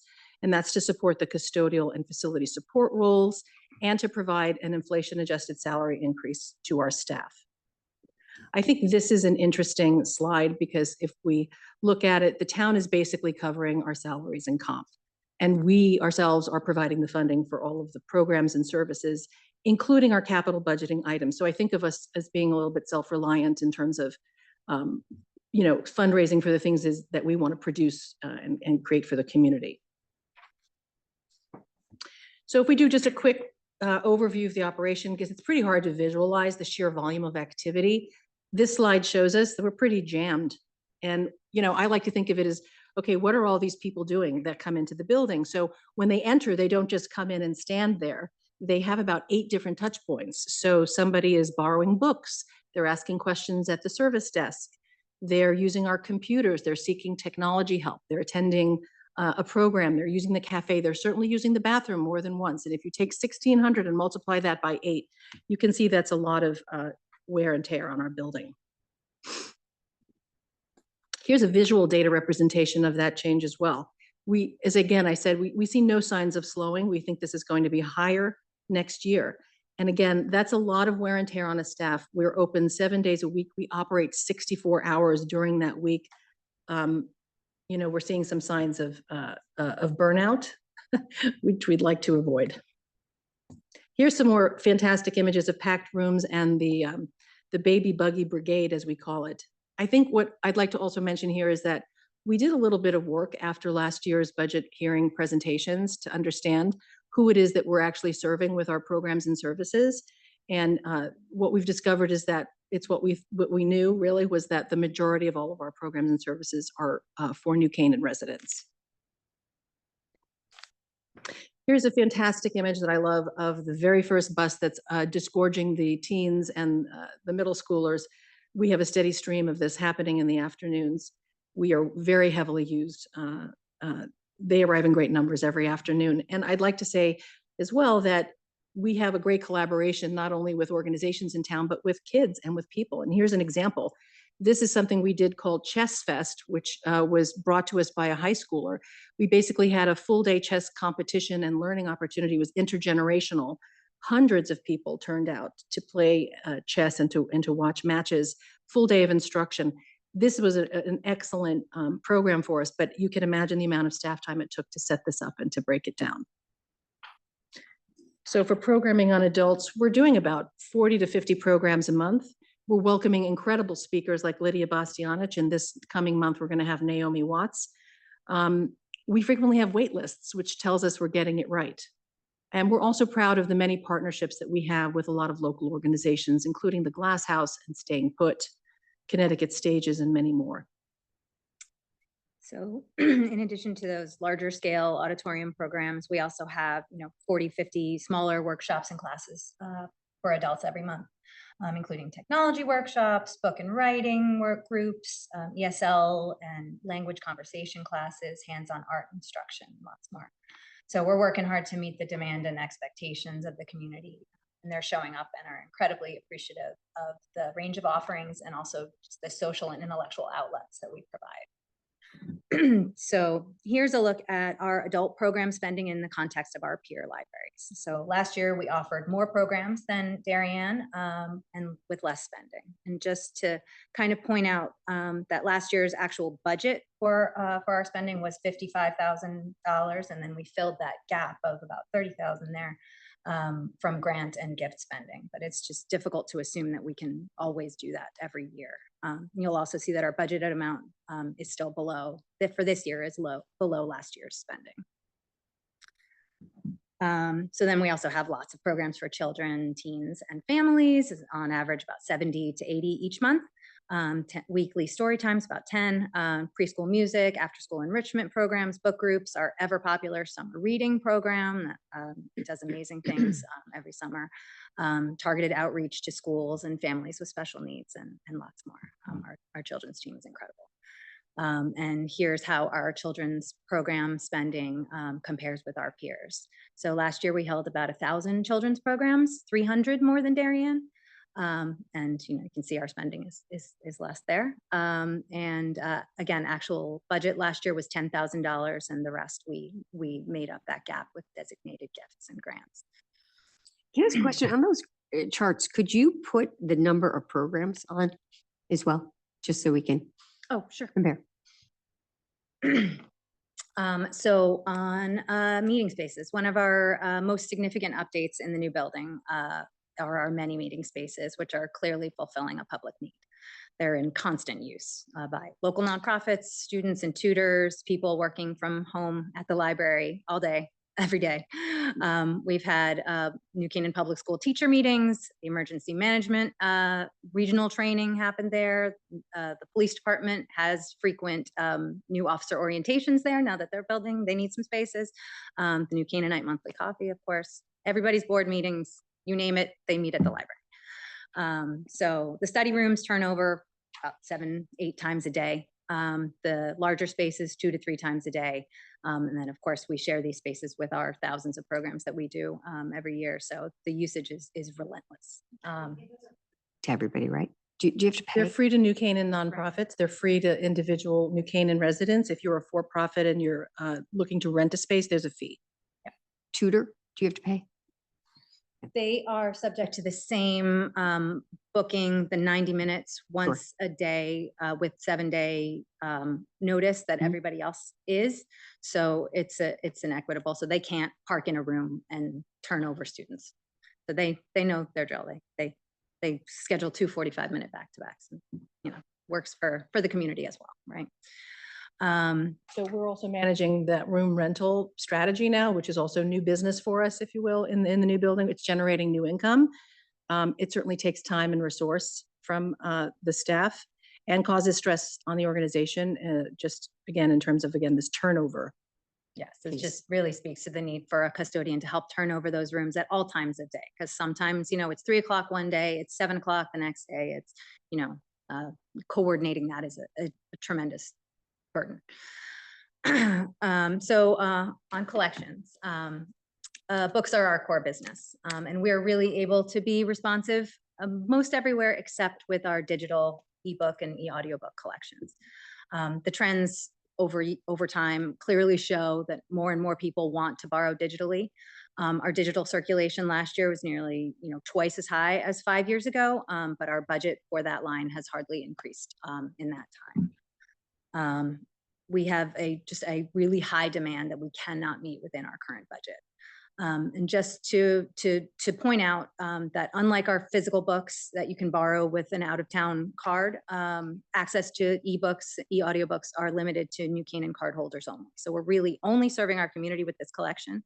But even with that limitation, wait lists for the books that people really want, the new books, are 6 months easy. People have just reported giving up trying to borrow ebooks. They're just so discouraged, and that's really disheartening for us. And it's nowhere near our level of expectation and our service standards. I think Darien's budget is 2-3 times? 2 times. 2 times larger than ours here. That's right. So the library terms, the reason for this, it's not just because we're ignoring it. The terms of use for digital books are painfully expensive, and they're out of our control. So you can see from what's the a chart. book cost? So it's here. So a typical ebook costs us $60 to $75 versus a personal is about $10. But what's a book? Like if you just get it. Print copy would be 11 to 16. No. A print book is we get a like about a 2/3 discount on a print book through our book vendors. So on a $30 retail book, we'll pay something like $11, right? But for this, we have to pay 5 times the amount, and the expires after 2 years. So the hold list won't get filled before we have to repurchase that book. It's pretty inequitable for It's libraries. terrible. They really don't want you competing in that space. Yeah. So despite all of that, this is what our community wants. They're asking for more and better ebook access. So this budget proposes an increase of $18,000, which we expect will cut those wait lists at least in half. It would be better to do better. We can be more creative with the spending with that. But again, comparing Darien's digital budget is double ours. It's a challenge. It really is. We spend a lot of time on it. And then energy, I know it keeps coming up. So last year was our first full year in our new building. So our first look at our energy comparisons from new to old. So you can see last year we did use less kilowatts of electricity, even in our all electric building, as opposed to our old one with oil heating. And of course, Eversource controls the supply costs, which were much higher than 5 years ago. But we still weren't seeing the energy savings that we were expecting. So we underwent a commissioning exercise last year to ensure that we were operating at optimal efficiency, and several steps were taken from that. In addition, our solar came fully online last year, which has helped immensely. And then we were a construction site for a lot of last year, which, kind of impacted some of our usage. So we really think this year's data should be our new steady state, and we are seeing a much, much better result. So comparing the first 6 months of this fiscal year to last year, we've used 30% less electricity than last year at this time, and 50% less than the old buildings. That's more than we were hoping to see. So wait, so you're using this new building, everything's electric, correct? The whole building's electric. The old building was not that way, right? We had different heat. So we're using 50% less electricity to operate the entire building. Correct. It's just the fact that the electricity prices. Now it's the first 6 months, right? So summer is our best. So summer's our best months, right? So the true Because we get test. the solar impact. Right. So the true test is going to be these winter months, but we've got a really good thing going this first half of the year. But you can also see that orange line there is the reverse of the supply rates that Eversource has us kind of beholden to. So those are up 30%. So we're down in usage, in a correlating price increase. So we feel like we're really doing as much as we can to fulfill our promise to significantly lower usage on our end, but we're still kind of hostage to some of those rates. But we're expecting to stay within a budget that increases only 6% from what we budgeted last year, and it's 9% less than what we actually spent last year. And we think we're doing really well. Yeah, it's encouraging. Okay, so let's just get a little bit further into our numbers. Again, this budget is trying to set a new baseline going forward for us. This year, we're looking at just under an 8% one-time year-on-year increase. I would point out that our fundraising responsibility is above that level in this budget. And assuming that we get this approved, we would anticipate staying within guidance going forward, expecting to be in line with other town budgets. So I think the question that has to be asked, of course, is what happens if we don't make this adjustment? What are those implications down the line? And I think maybe apart from the Board of Ed, we're serving more people every day in the community. If we can't fulfill some of these demands, we're likely going to see a deterioration of usage, possibly a lowering of service levels or a shortening of hours. We would certainly experience a loss of confidence, followed by, I would say, a reduction in potential philanthropic support, recruitment challenges, and I'm sure that none of us are going to be in a budget huddle shouting NC pride if these things happen. The bulk of the increase, again, is in salaries and compensation to add the new facilities staffing support positions. I will add that we did consolidate certain positions where there was attrition, and so we did realize some savings in some of these roles. Programs and collections, again, an area last year that took the greatest cut. It took away some of our growth potential. And now we're really trying to rebuild part of that budget and be responsive in order to fulfill our mission as being the Center for Lifelong Learning in the community. Other increases include licensing fees, printing budgets. Last year, we cut $30,000 from our hardware budget that we sought an outside independent philanthropic donor for. Again, buildings and grounds, there's nothing too fancy going on here, but we definitely do need to put some money into the ongoing costs for additional maintenance. We are also seeking an increase in our staff education budget. We have been neglecting that for the past couple of years, and we'd like to bring that back up to a $15,000 level. Again, just reflecting back on this chart, I think this budget doesn't have a lot of wiggle room. So like our peers, we're an association library. We are a nonprofit. Similar to our peers, we have about a 75-25 split between fundraising and town grant. Last year, we actually funded 30% of our own operation. We raised over $1 million. I think I'd like you to maybe just draw your attention to the fourth column, which is Darien, looking at what their town grant is, which is in yellow. We remain the highest fundraising library in the state, and we currently do not have any income being generated by endowment, although we do have an endowment. How much is the endowment? It's about $900,000. It was much higher, but we had spent well over $2 million to move the legacy building back. Here's another representation of the town grant per capita. We're in 4th place compared to our peers. And another representation of municipal investment, which does lag, again, our closest peers.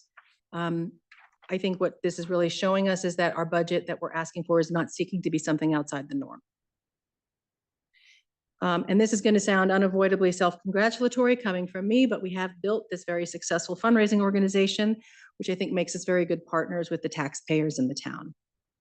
We provide excellent service, and the team has set a very high bar.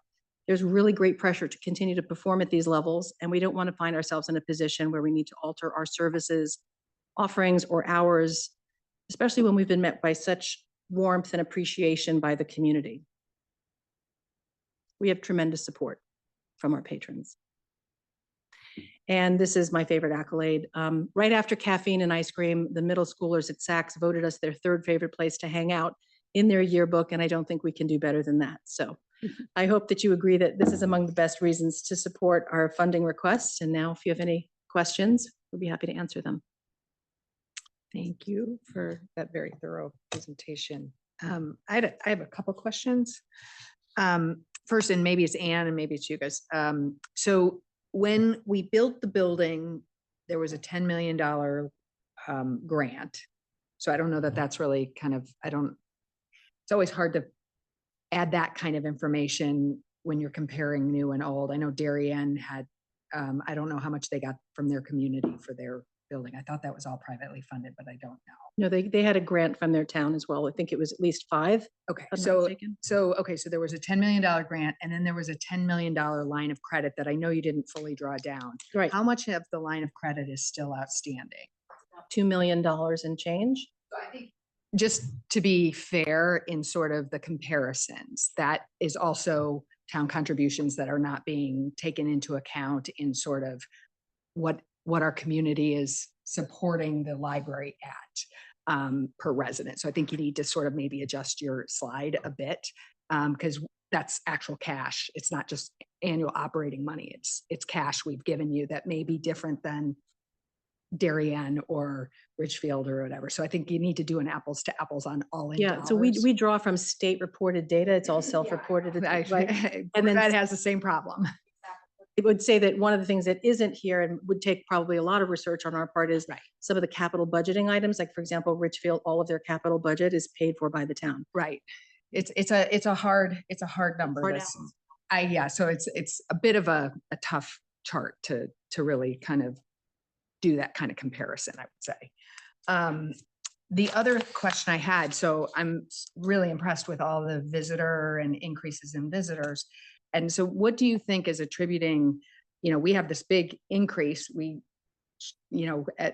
your point, last year, there was a reduction in funding for programming, but yet our visitation far surpasses Darien at a much higher level. Why do you think that's happening? We have a great building. We have a great space. We have great staff. A great location too. Yeah. You have a great location. Right. So maybe, it's right. So that's the other piece. So how do we do more programming with less money? So I'm happy for you to answer that as well, but our staff conducts a lot of our own programming, which is not the case in other libraries. So we will run a program and staff it ourselves, as opposed to hiring somebody from the outside to come in and to do the work. And so that's a great way that they get to leverage their staffs, which by the way are bigger than ours. But we are teaching and doing a lot of this work ourselves. All of the technology classes that James teaches, say Excel or otherwise, we're at AI, our staff is so knowledgeable. They're teaching it themselves. And so we're able to do more. And then I guess shoot, I had one more question and now it's, on the salary increases, the 170 something. I didn't look through the detail, but how much of that is for the AV? Well, we're budgeting something like $30,000 for So 30, and then the custodian. 50, but we're not sure. It's somewhere in between. So about 50 to 100 60. is, a little less than 100 is for staffing. 80 is what we're looking at. And the rest would be increase in salaries. Yep. Yeah. Okay. And kind of level adjustments for existing staff. Okay, great. That's it. Thank you. Alan, can I ask, how do you, the visitors, how do you, is it, you walk by and you're, okay, the door counter, thank you. Do you have information on online utilization? Like, because that's just people walking in the door. That's not the people doing the ebook. You mean logging onto our website, et cetera? Yes.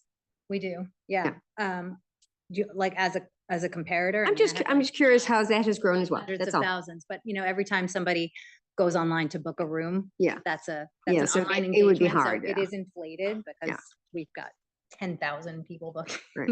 10,000 bookings a year. But yeah, it's significant for sure. This ebook thing is really a challenge. Okay. So it's really a challenge that It's a statewide challenge. nationwide, right? It's Nationwide. right. So that must be because the fact that you lose your access to it is pretty challenging. So it's that loss of engagement with the user that is part of the concern. Not only are we not fulfilling their need, but we're losing that engagement.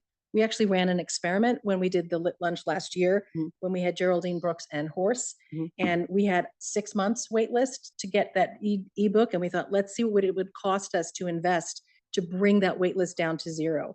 And it was $1,000. Yeah. So you can For understand 2 months. for 2 months. So just you could opened it up. understand that that's untenable. We can't possibly invest to keep things at a zero, but we can do better than we are. Yeah. One thought, and this is just, I've used Hoopla. I think it's really great. And, realizing how expensive it is for you every time somebody uses it. And could people be limited to one book at a time? Because you can take a bunch of books down and then not listen to them. And then it's gone, I got your credit. Is Hoopla the new Libby? There are, I don't know about one at a time, but we can reduce the you have simultaneous. Well, you have a max per month. And I was just thinking, because, you look around, this sounds interesting. This sounds interesting.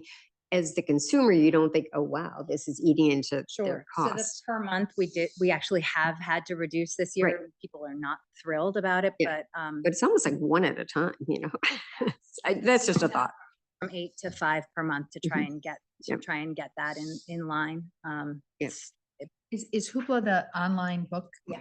So I use something different. Yeah, I use Libby. So I'm like, what's Hoopla? They're two different platforms. We have two operate different differently. platforms. Different material.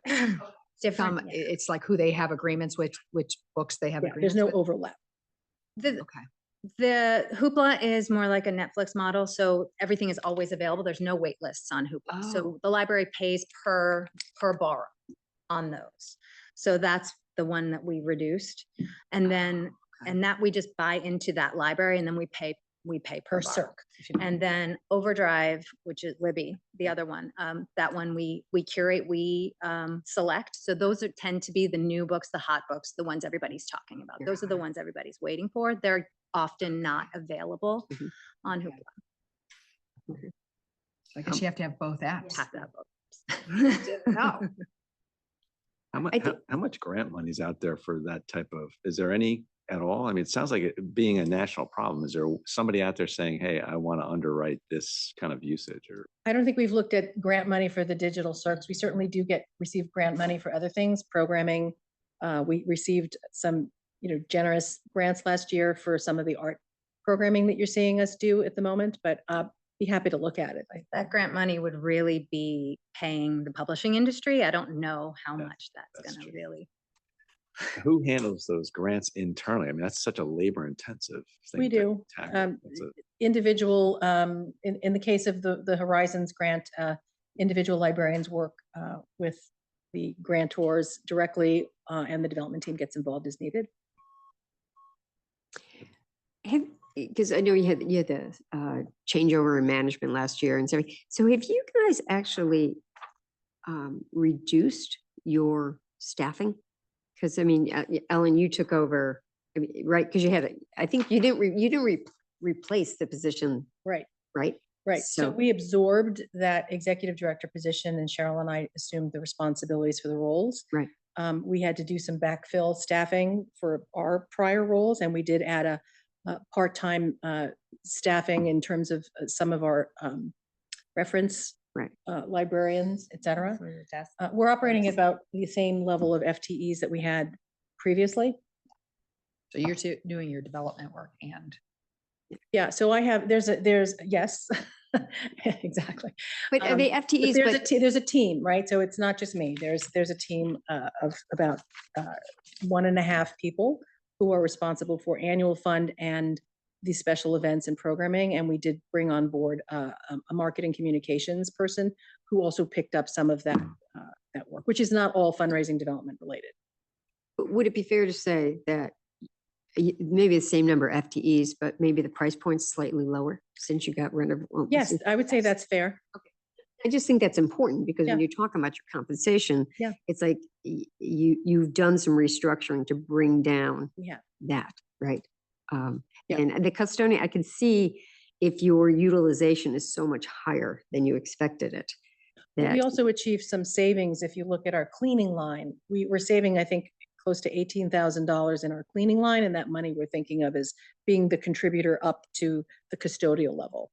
So instead of paying a cleaning service, we'll have a custodian in place to do. We still have a cleaning service. Spin them off, is that offset, right? So if you bring the offset, that's custodian in, then your what you've lined item for your cleaning has been able to go down. Is that fair? Okay. You just have them in less? The cleaning service would come in? One less cleaning service. We had a retirement. Yeah. We had some cleaners who'd been with us for 50 years. Huh. Okay, he was amazing. The brothers, the brothers. Yeah, back to the door counters. I mean, when we first opened the doors and under construction over there, there was a lot of talk about Turner's people, Turner Construction, all of their people going through the door counters, which elevated the numbers. And I was curious, okay, once everybody's out of there and everybody's gone and everything calms down and you get to a normal use and a normal flow, what will this look like? And the data is crazy. I mean, and you see these photos, and we've all been there for, Mike Dinan's coffees, and you see the stroller brigades, but seeing the photos and actually experiencing what goes on over there in real time, it's really eye-opening to see the usage that building gets. It's do or don't come by next week during midterms at your own risk.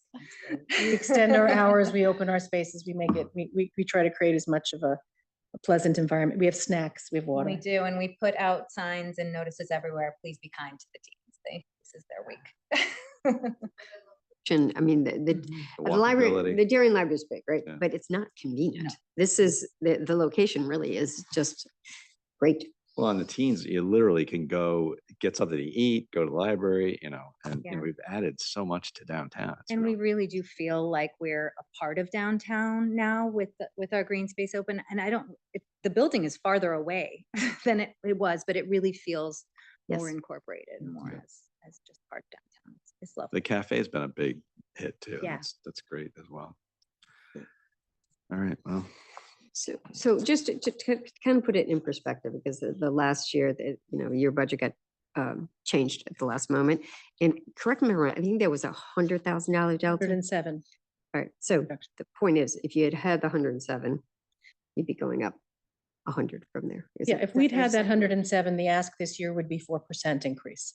So it's a kind of, So we just, we can make the adjustment, or we can continue to come back. What was the year last year though? What was the percentage? 4%. It was under, so the town's overall budget was 4.98 and our budget was 4%. Yeah, this is a little bit less. Yeah. What do you think the responsibility for this IT position will be as far as the data? Or AV rather, sorry, it's not IT. It's not AV. the same. Yeah. I had to learn that too, Steve.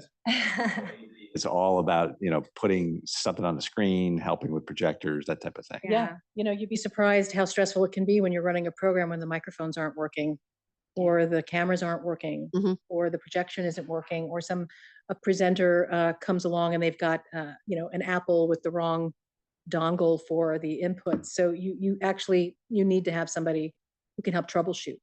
So this is sort of a half position where, where they're available, especially some of that stuff's happening after hours too. Exactly. That's right. And it also supports some of the things that we do that might even be private events where we're generating income, but then, and then that person gets paid for through the rental.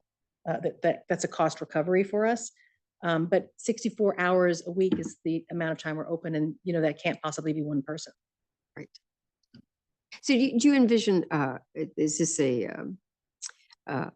part-time person, or is it current people's roles expanding? No, we're thinking we're going to recruit from the outside. You can find somebody We hope part-time? so. Yeah, I think that would be a skill set that might be challenged to find. Yeah, probably. Mhm. We're going to get creative. There you go. It might be a very young person. It might be. That would be fine. That would be fine. But really, we don't have any more bandwidth for people to expand any Sure. roles that are existing. Mhm. Great. Okay. One other thing, the electricity, okay, right? So like we all are hit by this surcharge, right? Sure. Are you If some- going Thursday? Of course we went Thursday. Yeah, Puro, we've But- got a whole but- presentation so that you can come and speak your hopefully mind. we all may see some relief on that, but it's interesting because then we are all facing this, right? But no one knew that this was coming down.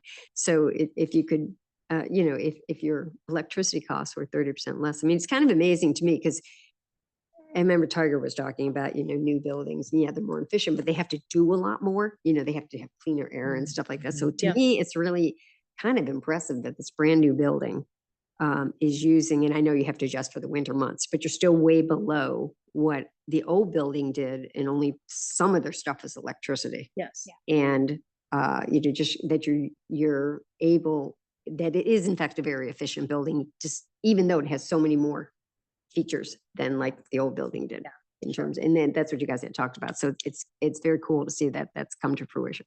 Yeah, the solar is a tremendous help, and we're also now getting our solar generation payments for those long summer months. So Right. It's great. Any questions? So you're covering legacy too here, or? is that No, part of I just that? included that in case somebody wanted to talk about it, just in case somebody wanted to. Yeah, we probably should spend Yeah, a minute on it. we'll talk about it. Okay. Just what the potential could be, or where we are. So we have begun to put together a committee of people to help us address what the future will look like for the legacy building. Our board is understandably concerned about how we might find a way to pay for that. It has already been a tremendous sunk cost for us. So moving forward, I think there's a couple of things. There's what are the conditions precedent that are required of us given our planning and zoning permitting process, that what is it that we actually have to do in that space, which I think it's pretty straightforward. It needs to serve a library purpose, which is broad, but also means, we're not going to be putting in condos. But I think understanding how do we integrate that building and its use with our existing library operations is a very important thought piece that we need to undertake. And we really want to be open and transparent with the community about its use and how we're going to both honor its history, but also bring it with us into the 21st century. And so it's going to be a long process. I think that the two limiting factors for us are the funding, as well as how are we going to operationally staff something there that makes sense. We don't want to accrue additional enormous operating expenses with what we do there. We are mindful of that. This budget, again, doesn't include any staffing, energy, maintenance, other things for that space. So these are all things we're going to take into consideration. And I think it's certainly my goal. I think it's our Cheryl's goal and the board's goal to be open and transparent about that and realistic as well. So we hope to be talking more about that in the coming months, trying to get through this budget season first and then maybe take that up in the latter part of the year. So who's on the committee that's deciding or working on the future of this building? Well, if I can out you today, Steve. I've been asked to help, so. Okay. So I would accept the role based on, I haven't heard anybody else that would want to do this, so it's going to be interesting to. Like, how big a committee is it, or how are you envisioning? You haven't fully formed it yet? Is it in? We haven't, honestly. I have had some preliminary conversations with people on town council. Yep. I've had preliminary conversations with some people. There's a family that has been eager to look at becoming donors for this. So, but I don't think that we're ready to, we're certainly not going to be launching a capital campaign for this building. And I think that there's really a lot of questions around purpose and funding that are going to take some effort to address. And we hope, so the committee will be working on, I think, usage and trying to surface what it is that the community would like us to do. We have to work within the confines of what is feasible with our staff and our mission. But it's going to come down to, the timing of how we execute this is going to come down to how we get it funded. And I'm sure we'd love to have that conversation with you going forward.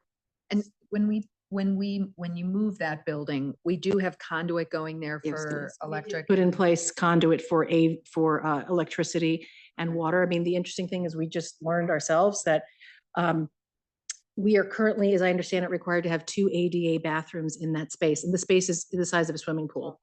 It's 1,200 square feet. Not a gender neutral one. Bathrooms are large, as you know. So we're going to need to work around, first of all, fully vet and understand that that's actually the case. And then you don't get a historic designation waiver or, because of the age of the building and any of that. Our architects have indicated that is not the case, but I believe that we should continue to find ways to see if we could at least get it down to one. Yes, just one bathroom for a tiny space. I have asked it 15 times and we're going to keep asking, but if we have to put in 2 bathrooms, you can imagine how limiting that is. It's very limiting.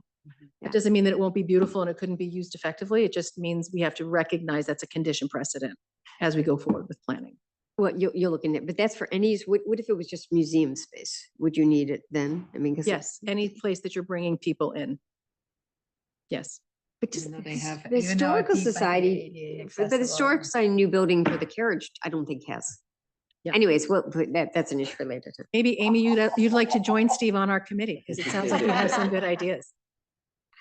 It's just, as we look at the budget, it's important to note that this building is sitting there and we haven't done anything to it. And obviously, if we do something to it, it'll count against future budgeting. So, it's just, it's a high class problem to have because everybody that sees it, I think the way this all came out, now that we've seen it, It looks pretty cool. It looks really With your cool. windows. And it's important to note too, we talked about the conduit, but it is weather tight. So, it's the roof is solid and it's all weather tight in there. But eventually, I think the town's going to want to see something happen there. It just can't sit there. Well, so do we. So does our board. We don't want it to lie fallow. That wouldn't be a good stewardship profile for us. I think we agree with that.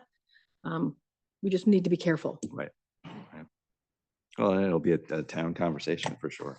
And I gotta assume that your board is probably really looking to just, after using all the endowment, build it up just to have the endowment, and not necessarily just for, all the energy going to.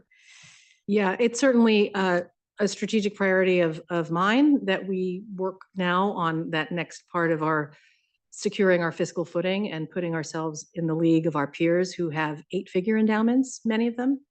And that contributes, as you saw from that prior chart, very greatly to their annual funding. It helps to smooth out those vagaries in, market performance, which, we were just talking this morning at our executive committee meeting about how we've had a pretty good year-end fundraising, and largely that's driven by what's going on in the markets. You can't Count on budget that, yeah. forward on that, which is why when we look at what our target numbers are, we always try to be conservative. We're delighted to overshoot, but we want to be conservative and realistic about what it is that we can achieve. Yeah, some of the numbers of the endowment spinoffs, it's amazing. what It's those things amazing. are. Yeah, Hundreds of thousands of dollars, so. Yeah. I'd love for us to get there. Yeah, after you get to board. We've got a board member here. You want to say hello? Yeah, sure. New role this year. New role this Thank- year. Yeah. What's that? New Come on- role this year. Come up to the mic. Come up. to Yeah, the mic. come. Say hello. You sat through the entire meeting. But I will address the last question anyway, and then obviously anything I was here more for support, but if there were specific board questions, would want to be able to make sure you had a fulsome kind of perspective. But on the endowment, I mean, Ellen said that and it will have an EC meeting and a board meeting every single month. Endowment comes up every single time, whether scheduled or not. And I think we are on what I'd say a thoughtful cadence. You know, you asked about the debt, and we still have 2.4 million on that. But nicely, we have more than that in committed pledges. So it's timing and hopefully just cash flow, but there's a nice cushion. So that'll be taken care of. That's not work that needs to be executed outside of, pulling them in. And I expect in early 25, we'll be making another payment on that. And then the idea for that whole facility is that it's just turned over. And then the pledges is just sweet. But getting that in order, getting the legacy in order, so it's not just a want to do, but you almost can't do the endowment until you have those two pieces in place. Yeah. And so there's nothing more important to us, I'd say, for one, just the risk. If you were to look at what the development team has done over the last 5 to 10 years, it's just hit huge milestones. And when we were going through our recruitment process and thinking that an $800,000 annual expectation of gifts to the library, I mean, that just throws a lot of candidates out the door. Like, that's not the skill set. That's not interesting. That's a different thing. And I think if we could counter that with an endowment that allows us to have some flexibility, and it's not a nice to have, it's a need to have. And so we're trying to speed up that cadence. So to the legacy point, you're not going to see us dragging our feet. It's just things we have to get through this process. We have to make sure that the cap campaign, the building's done, paid for, that whole process goes, and then we're going to be sprinting at it. But I promise you, twice a month, we're talking about it, thinking about it, and trying to come up with the best game plan. That's a great summary. Thank you. Are you a full board now? Do you have any openings? Or are you full now?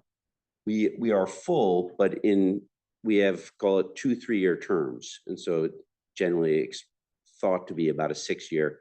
We will have 6 people leaving the board this year, which is a little bit larger than normal. And so again, there's pretty regular turnover. We are at 25 board members right now.